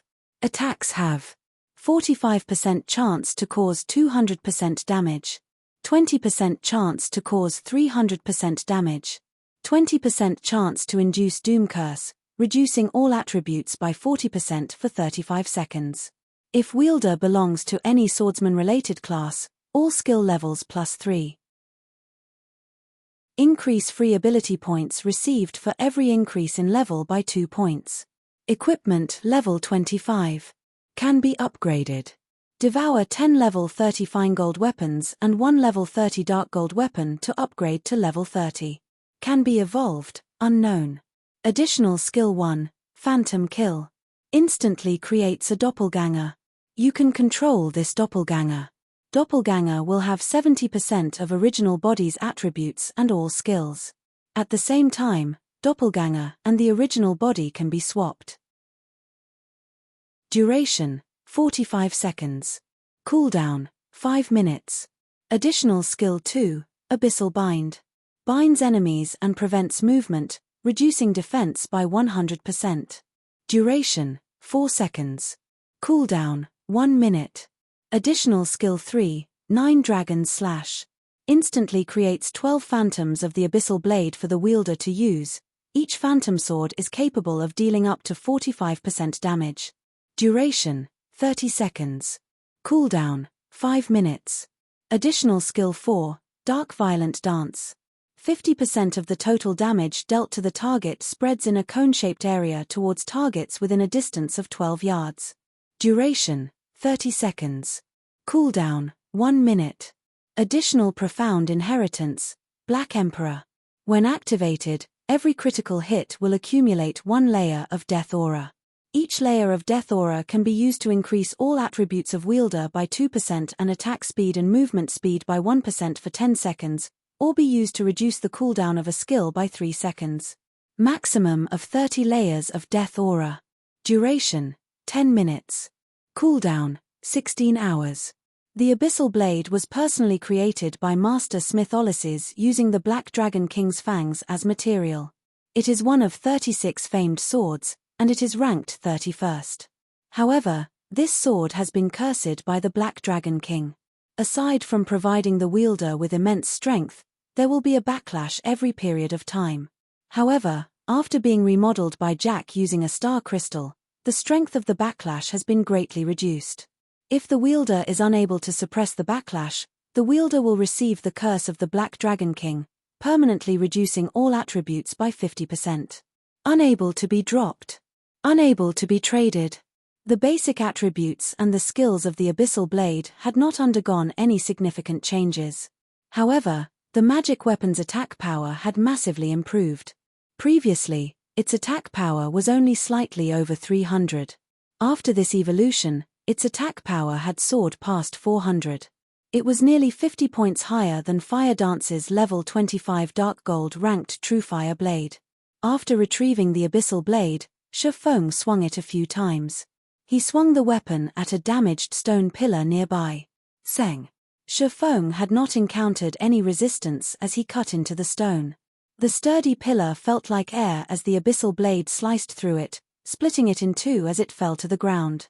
So sharp. Shifeng stared at the remains of the stone pillar with shock. He then glanced back at the magic weapon in his hand. The abyssal blade was practically a weapon of gods. With such sharpness, not even secret silver equipment could defend against it. Just as Shifeng was about to leave the tomb, over 100 players suddenly emerged from the dark forest. With a quick glance, it was obvious that these players were not all members of the same team. These new arrivals were also independent players. What happened here? These players were stupefied upon arriving at the thoroughly ruined underground tomb. Currently, the underground tomb looked more like a crater. Someone's there. A ranger with sharp eyesight pointed at Shifeng, who was preparing to leave the area. Suddenly, everyone shifted their gaze towards Shifeng. At this moment, Shifeng wore a black cloak that obscured his appearance. He had also hidden the glow effects of his equipment. However, judging by the fine workmanship of his equipment, it should be of high quality. At the very least, his equipment should be mysterious iron rank or above. Shifeng was also level 26, so one could easily tell that he was not someone to provoke. Just as these independent teams hesitated over whether to take action against Shifeng or not, another party emerged from the forest. Every member of this party was level 25 and above, and all of them were as robust as a bear. The other pairs avoided eye contact with these newcomers, intimidated by their cold gazes. Most importantly, all of their names were Crimson. Brother Deep, we seem to have good luck today. With such a large commotion, a treasure must have spawned here. That brat definitely has the treasure. Yeah. His level is quite high as well. If we kill him, we will not have wasted a trip even if there is no treasure. This 6-man party paid no attention to the 100+ independent players standing in the distance. Instead, their eyes were glued onto Shifeng, looking at him as if he belonged only to them. Just who are these people? They actually dare act so arrogantly. A male player from one of the independent teams grumbled. The leader of said party glanced the party of 6 red names. Immediately, cold sweat beaded on his forehead as he hurriedly said, "Enough, we're leaving." But what about the treasure? Why should we let a single party have it? We outnumber them, the male player asked, confused. Enough. You stop talking. If you want to die, go ahead, but don't drag everyone else down with you. You've just arrived at Watch Cemetery, so you don't know about the unspoken rules here. There are 2 types of people you can never provoke. The first are the Tier 1 experts of Zero Wing.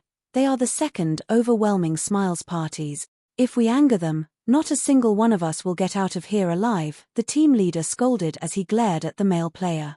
Upon hearing his team leader's words, the male player immediately shut his mouth. Before he had arrived at Watch Cemetery, he had heard of the 2 types of people his leader referred to. Nothing much would happen if one encountered the experts of Zero Wing. However, if one encountered the killing gods from Overwhelming Smile, they better pray that the other side was in a good mood. Otherwise. Following which, the other independent teams promptly departed from the area. Not a single one of them dared to stay for the show. Chapter 475, Silent Massacre. Chapter 475, Silent Massacre. As the independent teams departed, many had sent pitying gazes to Shifeng. That fellow sure is unlucky. If we had gotten a hold of him, we would have let him live so long as he handed over the treasure. Now that those people have arrived, he won't survive. I heard that those red names seem to have some sort of special treasure that causes the players they kill to drop more items than normal. It's not seem to, but must have. One of Overwhelming Smile's expert parties killed a friend of mine, and he lost 3 pieces of equipment when he died. He had even dropped some of the items from inside his bag. Because of that, my friend was so frightened that he refuses to return to the Watch Cemetery. Shut up. We need to hurry up and leave this area. We won't be so lucky if we encounter those killing gods a second time. That's right. Let's get out of here. Although these independent teams possessed the numerical advantage, the expert parties of Overwhelming Smile were like fearsome tigers. They picked up the pace, leaving as quickly as possible. Shortly after the independent teams left, the expert party from Overwhelming Smile approached the motionless Shifeng. Brother Deep, that fellow must be scared stupid, he isn't even trying to escape. How boring, a simple and honest-looking berserker laughed as he watched Shifeng. And here I thought that we had encountered a somewhat powerful player that can use for exercise. Killing noobs has become really boring. Enough, Little Whistle. Don't think that I don't know what's going through your mind. You just want to test out your new battle axe. Since this player has a fairly high level and is traveling alone, he should be relatively skilled. You can take care of him.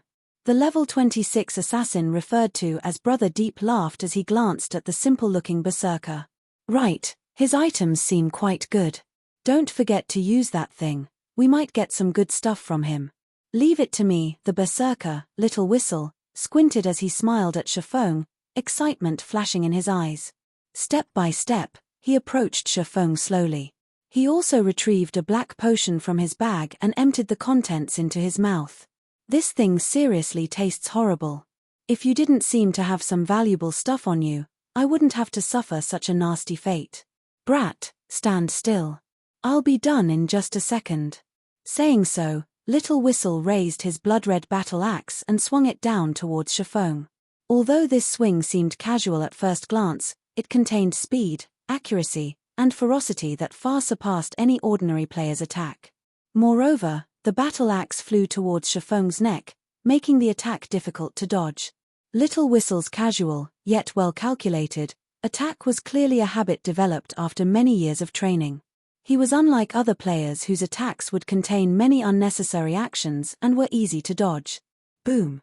The battle axe struck the ground heavily. Heh! I missed. Little Whistle looked at his battle axe, which landed next to Shifeng's feet. He had aimed properly. Did I have too much to drink earlier? However, just as he was about to lift his blood-red battle axe once more, he suddenly saw a streak of black light flash across his eyes. Before he could react, his field of vision began to flip. In the next moment, he felt a slight pain, and his vision began to grey as his body fell to the ground. As Little Whistle was a red name, over half of his equipment dropped upon his death. Immediately after, his immortal soul flowed into Shifeng's hand. Although he can't be considered an expert, he is still a skilled veteran. He is significantly stronger than an elite player. It's no wonder a single party has been able to wipe out teams easily. Shifeng thought as he frowned at the berserker lying at his feet. He then shifted his gaze to the 5 other party members a short distance away, paying no attention to the large amount of equipment scattered before him. When the 5 experts from Overwhelming Smile saw their teammate suddenly fall to the ground, disbelief colored their faces. Just what had happened here? Why was Little Whistle suddenly dead? From the beginning, they had focused on Shifeng. However, they could say with certainty that Shifeng had not moved. They only saw a streak of black light flash across Little Whistle's body. Black light. Right, it's that black light. Everyone, be careful. That brat has some sort of special item, the assassin named Brother Deep cautioned his team.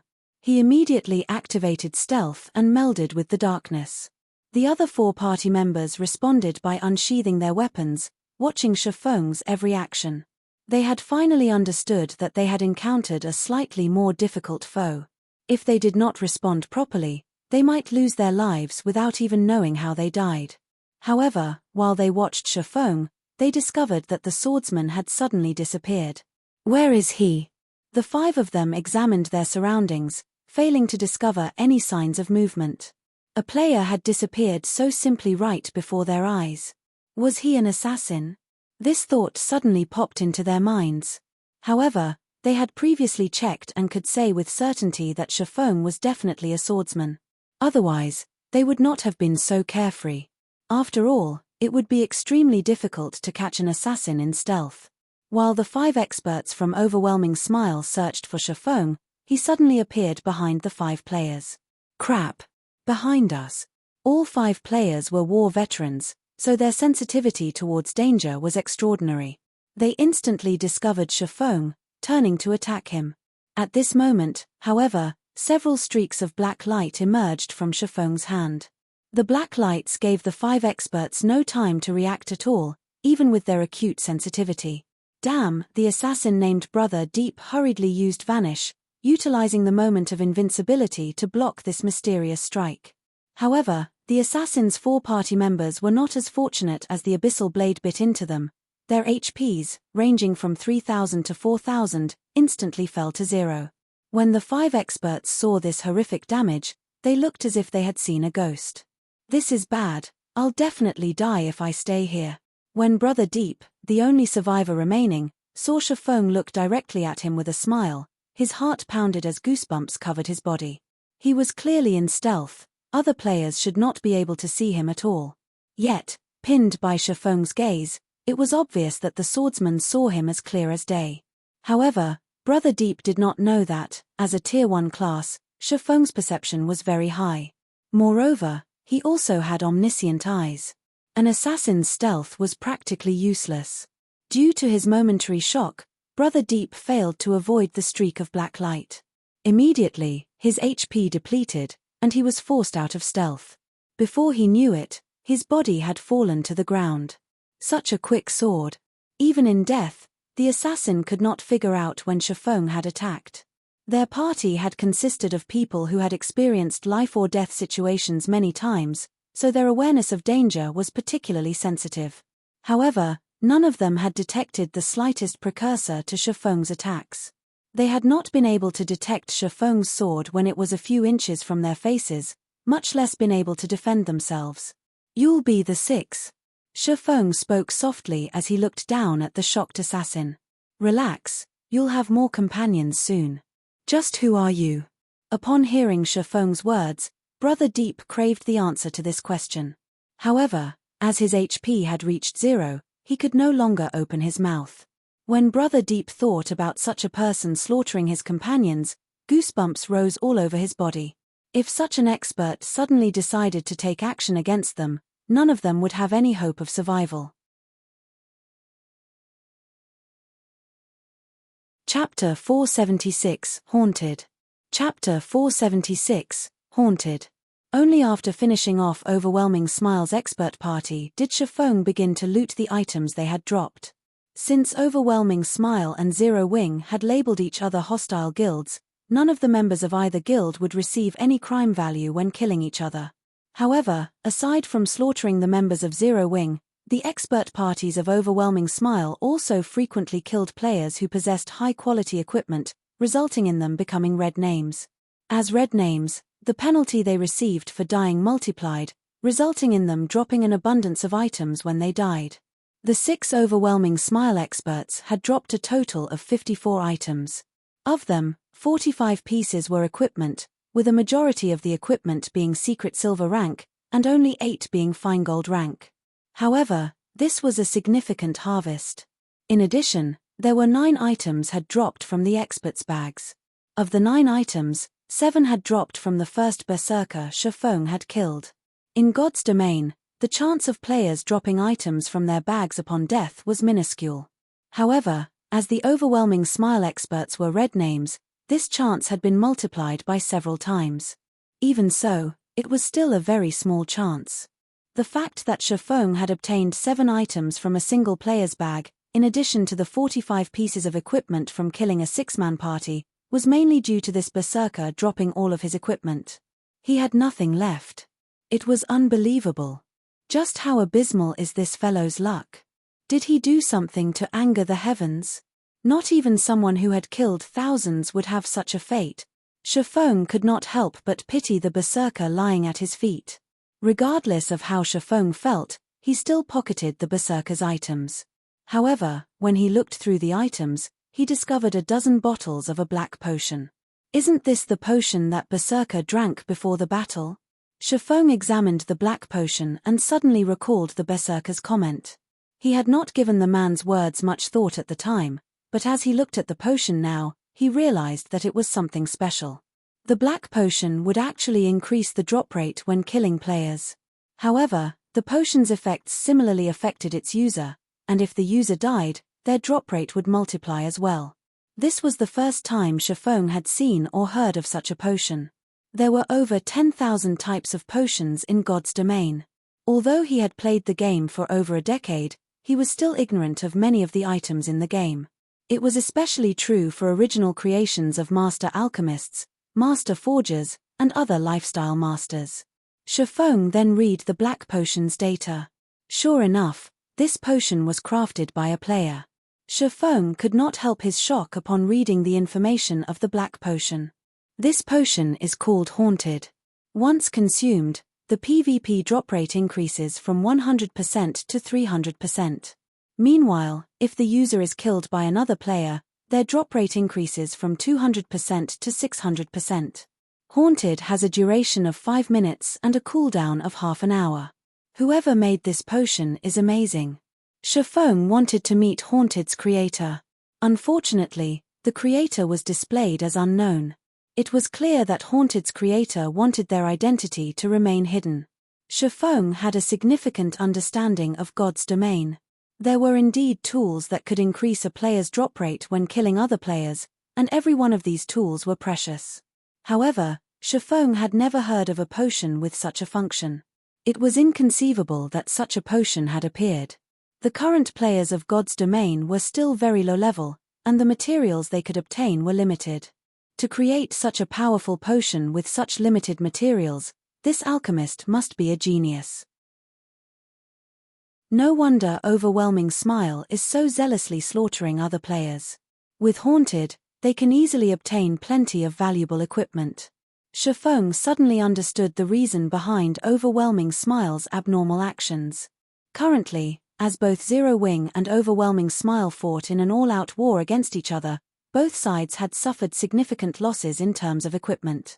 With Haunted, however, Overwhelming Smile could fund their battles with battles.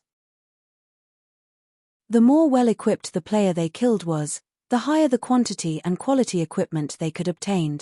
Normally, players would only drop one piece of equipment upon death. A single player had over 10 pieces equipped.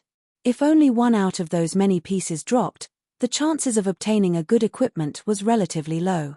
After consuming Haunted, however, the members of Overwhelming Smile could obtain up to 3 pieces of equipment from the players they killed, significantly increasing their chances of obtaining good equipment.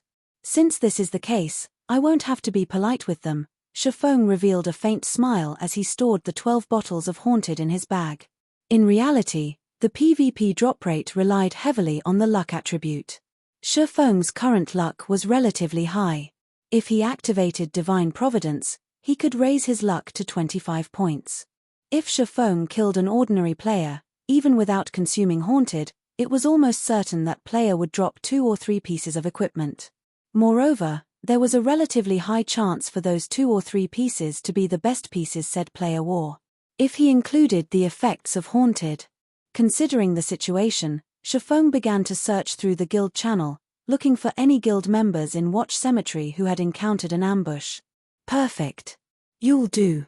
After a moment, sure enough, some members had reported through the guild channel that Overwhelming Smile's experts had ambushed them. They were in the Watch Cemetery. Immediately, Shifeng input the coordinates into the 7 Luminaries ring and activated space movement. He then jumped into the spatial crack that appeared before him.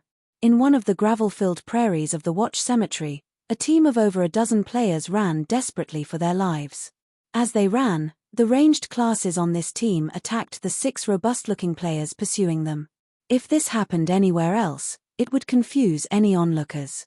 The side with more players actually fled from the side with less players. In the Watch Cemetery, however, nobody would find this scene surprising because the side with less players consisted of bloodthirsty lunatics with astonishing strength. Moreover, this party of lunatics consisted of only melee classes. There was not a single ranged class in their party. Damn, why aren't any of my attacks hitting them? One of the escaping male elementalists grumbled, dismayed as he watched the distance between his team and their 6 pursuers decrease. Hold on for a little longer. The Tier 1 experts of our guild are heading towards us right now. A level 24 ranger, the leader of the team, tried to encourage his team members as he attacked with a frostbolt. Everyone on the team nodded to their team leader's words, newfound hope blooming in their hearts. The group of overwhelming smile experts behind them was simply too powerful. Before they had realized they were being ambushed, 4 of their team members had died. Although they tried to retaliate, the experts dodged or blocked most of their attacks. Only a small number of control skills had any effect. Unfortunately, none of those skills were fatal. As soon as the battle had begun, they had sent out distress messages through the guild channel, reporting their current location. Fortunately for them, one of their guild's Tier 1 expert parties was only a short distance away from them. They would be safe as long as they could reach that Tier 1 expert party. "Everyone, stop!" the ranger shouted when he saw a cloud of cold air rising from the ground in front of them. Before any of them had noticed, another party had appeared. Moreover, the shield warrior standing in the lead was currently using a magic scroll. Unfortunately, the ranger's command was too late as a gigantic icicle suddenly emerged from the ground.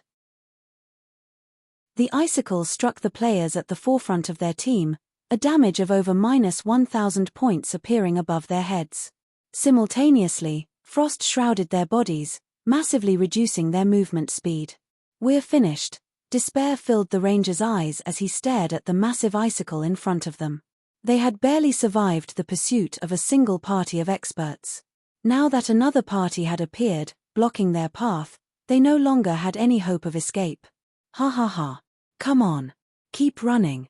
I want to see how far you can get." One of Overwhelming Smile's experts sneered upon seeing the Zero Wing team's predicament. At this moment, however, a spatial crack appeared in the air, and a human figure suddenly emerged. "Oh, it seems that I am quite lucky today." After Shifeng landed, he swept a glance over the 2 expert parties from Overwhelming Smile, a faint smile appearing on his face. Chapter 477, Yolan's Worries.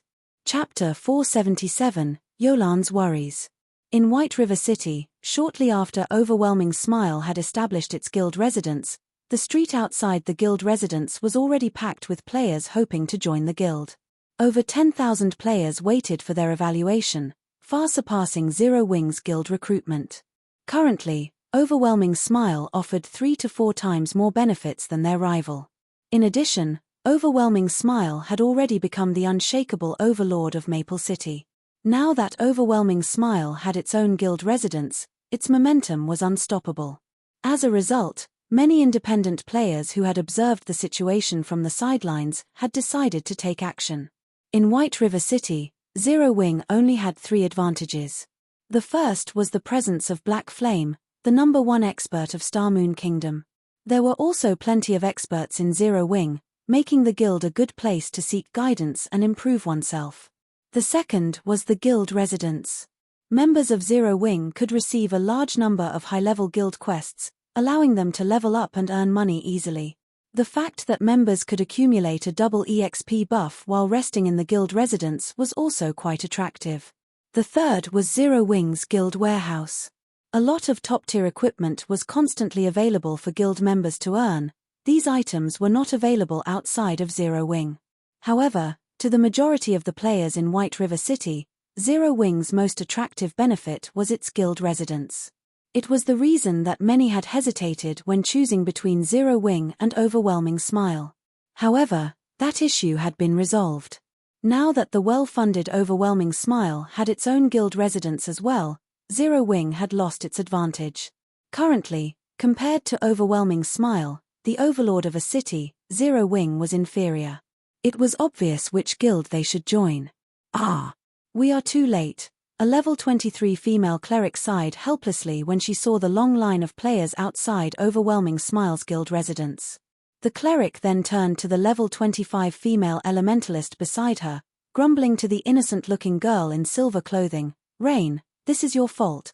I told you that, as long as Overwhelming Smile establishes its guild residence, a ton of players are going to try to join.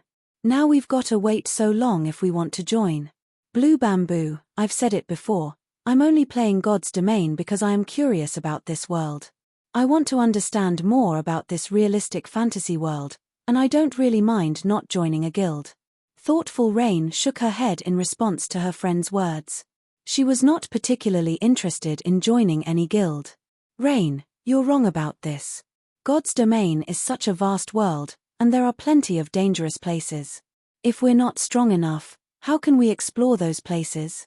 Meanwhile, joining a guild is undoubtedly the fastest way to grow stronger, the female cleric named Blue Bamboo countered. Just look at how poorly we are faring right now. We bought a majority of our equipment. To make things worse, our equipment is crappier than what guild members have. In that case, shouldn't we join Zero Wing? Thoughtful Rain asked, confused. I hear that Zero Wing's warehouse contains plenty of top-tier equipment that no other guild can match. Speaking of Zero Wing, Thoughtful Rain suddenly recalled the man named Yifeng who had helped her before. She remembered that he was one of Zero Wing's members. The library emblem he had given her had helped her greatly, and she wondered how that man was faring. Don't you know? A war has recently broken out between Zero Wing and Overwhelming Smile, and each report is more amazing than the last. As a result, the independent players who had originally hesitated are now desperately trying to join Overwhelming Smile. Do you know why? Blue Bamboo asked mysteriously. That's because Zero Wing no longer has an advantage over Overwhelming Smile. Previously, Zero Wing slaughtered Overwhelming Smile's members, driving the guild into a corner. Now, however, the situation has completely changed. Overwhelming Smile has somehow managed to recruit a large number of experts, and these experts have slaughtered Zero Wing's members, scaring them from leaving the city. It probably won't be long before Zero Wing is destroyed, which is why so many players are rushing to join Overwhelming Smile. Moreover, Overwhelming Smile no longer targets Maple City. It has shifted its focus to White River City. The fact that the guild has established its first guild residence in White River City rather than Maple City had made that obvious. If we don't join Overwhelming Smile now, it will only be harder to do so in the future. Thoughtful Rain nodded, seeing the logic in Blue Bamboo's words. However, she looked at Blue Bamboo and said softly, "You are correct. However, I still don't want to join Overwhelming Smile." Saying so, Thoughtful Rain immediately turned and left. Fine, then. I'll listen to you, but you better not regret your decision later. Blue Bamboo took one last glance at Overwhelming Smile's guild residence before following Thoughtful Rain. Meanwhile, inside Overwhelming Smile's guild residence, all of the guild members were currently in a celebratory mood. Initially, Zero Wing had been a thorn in their side. Now, however, their problems had been solved. With over 200 experts from their guild ambushing the members of Zero Wing, the war had turned to their favor. Many of Zero Wing's members were too afraid to leave the city. This greatly boosted the pride of everyone from Overwhelming Smile. At this moment, however, the atmosphere in the guild residence's meeting room was extraordinarily tense. What? You're saying that Little Deep's party was completely wiped out? How is that possible? Feng Shenyang was unable to stomach the news he had just received. The new batch of underworld guards that had been sent consisted of live combat veterans. Although not all of them were experts in God's domain, they were only slightly inferior. Even if these underworld guards encountered one of Zero Wing's Tier 1 expert parties, they could still drag one or two of their opponents to the grave with them if they went all out. However, a single player had annihilated one of these parties. They could not even escape. How could Feng Shenyang possibly believe this? Young Master Feng, there are countless experts in God's domain. The underworld guards aren't invincible, either. There is nothing strange about the slaughter. However, based on Little Deep's report of their assailant, it is likely that they ran into Black Flame. We already know the majority of the experts in White River City. Aside from Summer Sunshine, Black Flame is most likely the only player capable of this massacre, Yulan explained. Feng Shenyang had never watched a battle between true experts of God's domain. However, Yulan had personally witnessed Black Flame and Summer Sunshine's frightening encounter. Hence, she was not the slightest bit surprised about the appearance an expert capable of destroying an underworld guard party single-handedly. You're saying that Black Flame is responsible? Is Black Flame really that strong? Feng Shenyang asked skeptically. In his opinion, Black Flame was just a frog in a well. How could he possibly defeat a party of underworld guards by himself? Young Master Feng, I guarantee that Black Flame is more than capable of performing such a feat. However, this is not the most important information we have received. Based on what Little Deep said, after they died, they could not log into God's domain for some time. Moreover, every underworld guard is currently a red name. If they die, they will lose at least half of their equipment. We will suffer a massive loss. Now that Black Flame has involved himself and is using such methods, if he focuses on hunting down the underworld guards, it will be a disaster for us. I suggest that we have the underworld guards stop their ambushes, retreat from the watch cemetery, and go elsewhere to level up, Yulan suggested. From the moment she met him, she had never been able to see through the man known as Black Flame. Now, Black Flame had suddenly begun to act and killed a party of underworld guards. This was not a good sign, and Yulan began to worry. Hence, she thought it best to quit while they were ahead. Yulan, you worry too much. Even if Black Flame is powerful, the watch cemetery is a massive area. Do you really believe that he can scour the entire map by himself? Feng Shenyang said disdainfully. Little Deep was simply unlucky and coincidentally encountered Black Flame.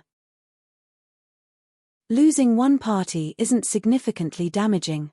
On the other hand, our rampant ambushes on Zero Wing are severely wounding the guild. Moreover, there are so many treasures in the watch cemetery. If we give the area up, not only will it greatly reduce our guild's morale, but we will also lose a huge source of income. Besides, while Zero Wing has Black Flame, do you think that Underworld does not possess experts aside from the Underworld guards? Feng Shenyang laughed. You're tuning in to the Celestial War YouTube channel. Don't forget to subscribe and join us on this journey to catch the most captivating stories.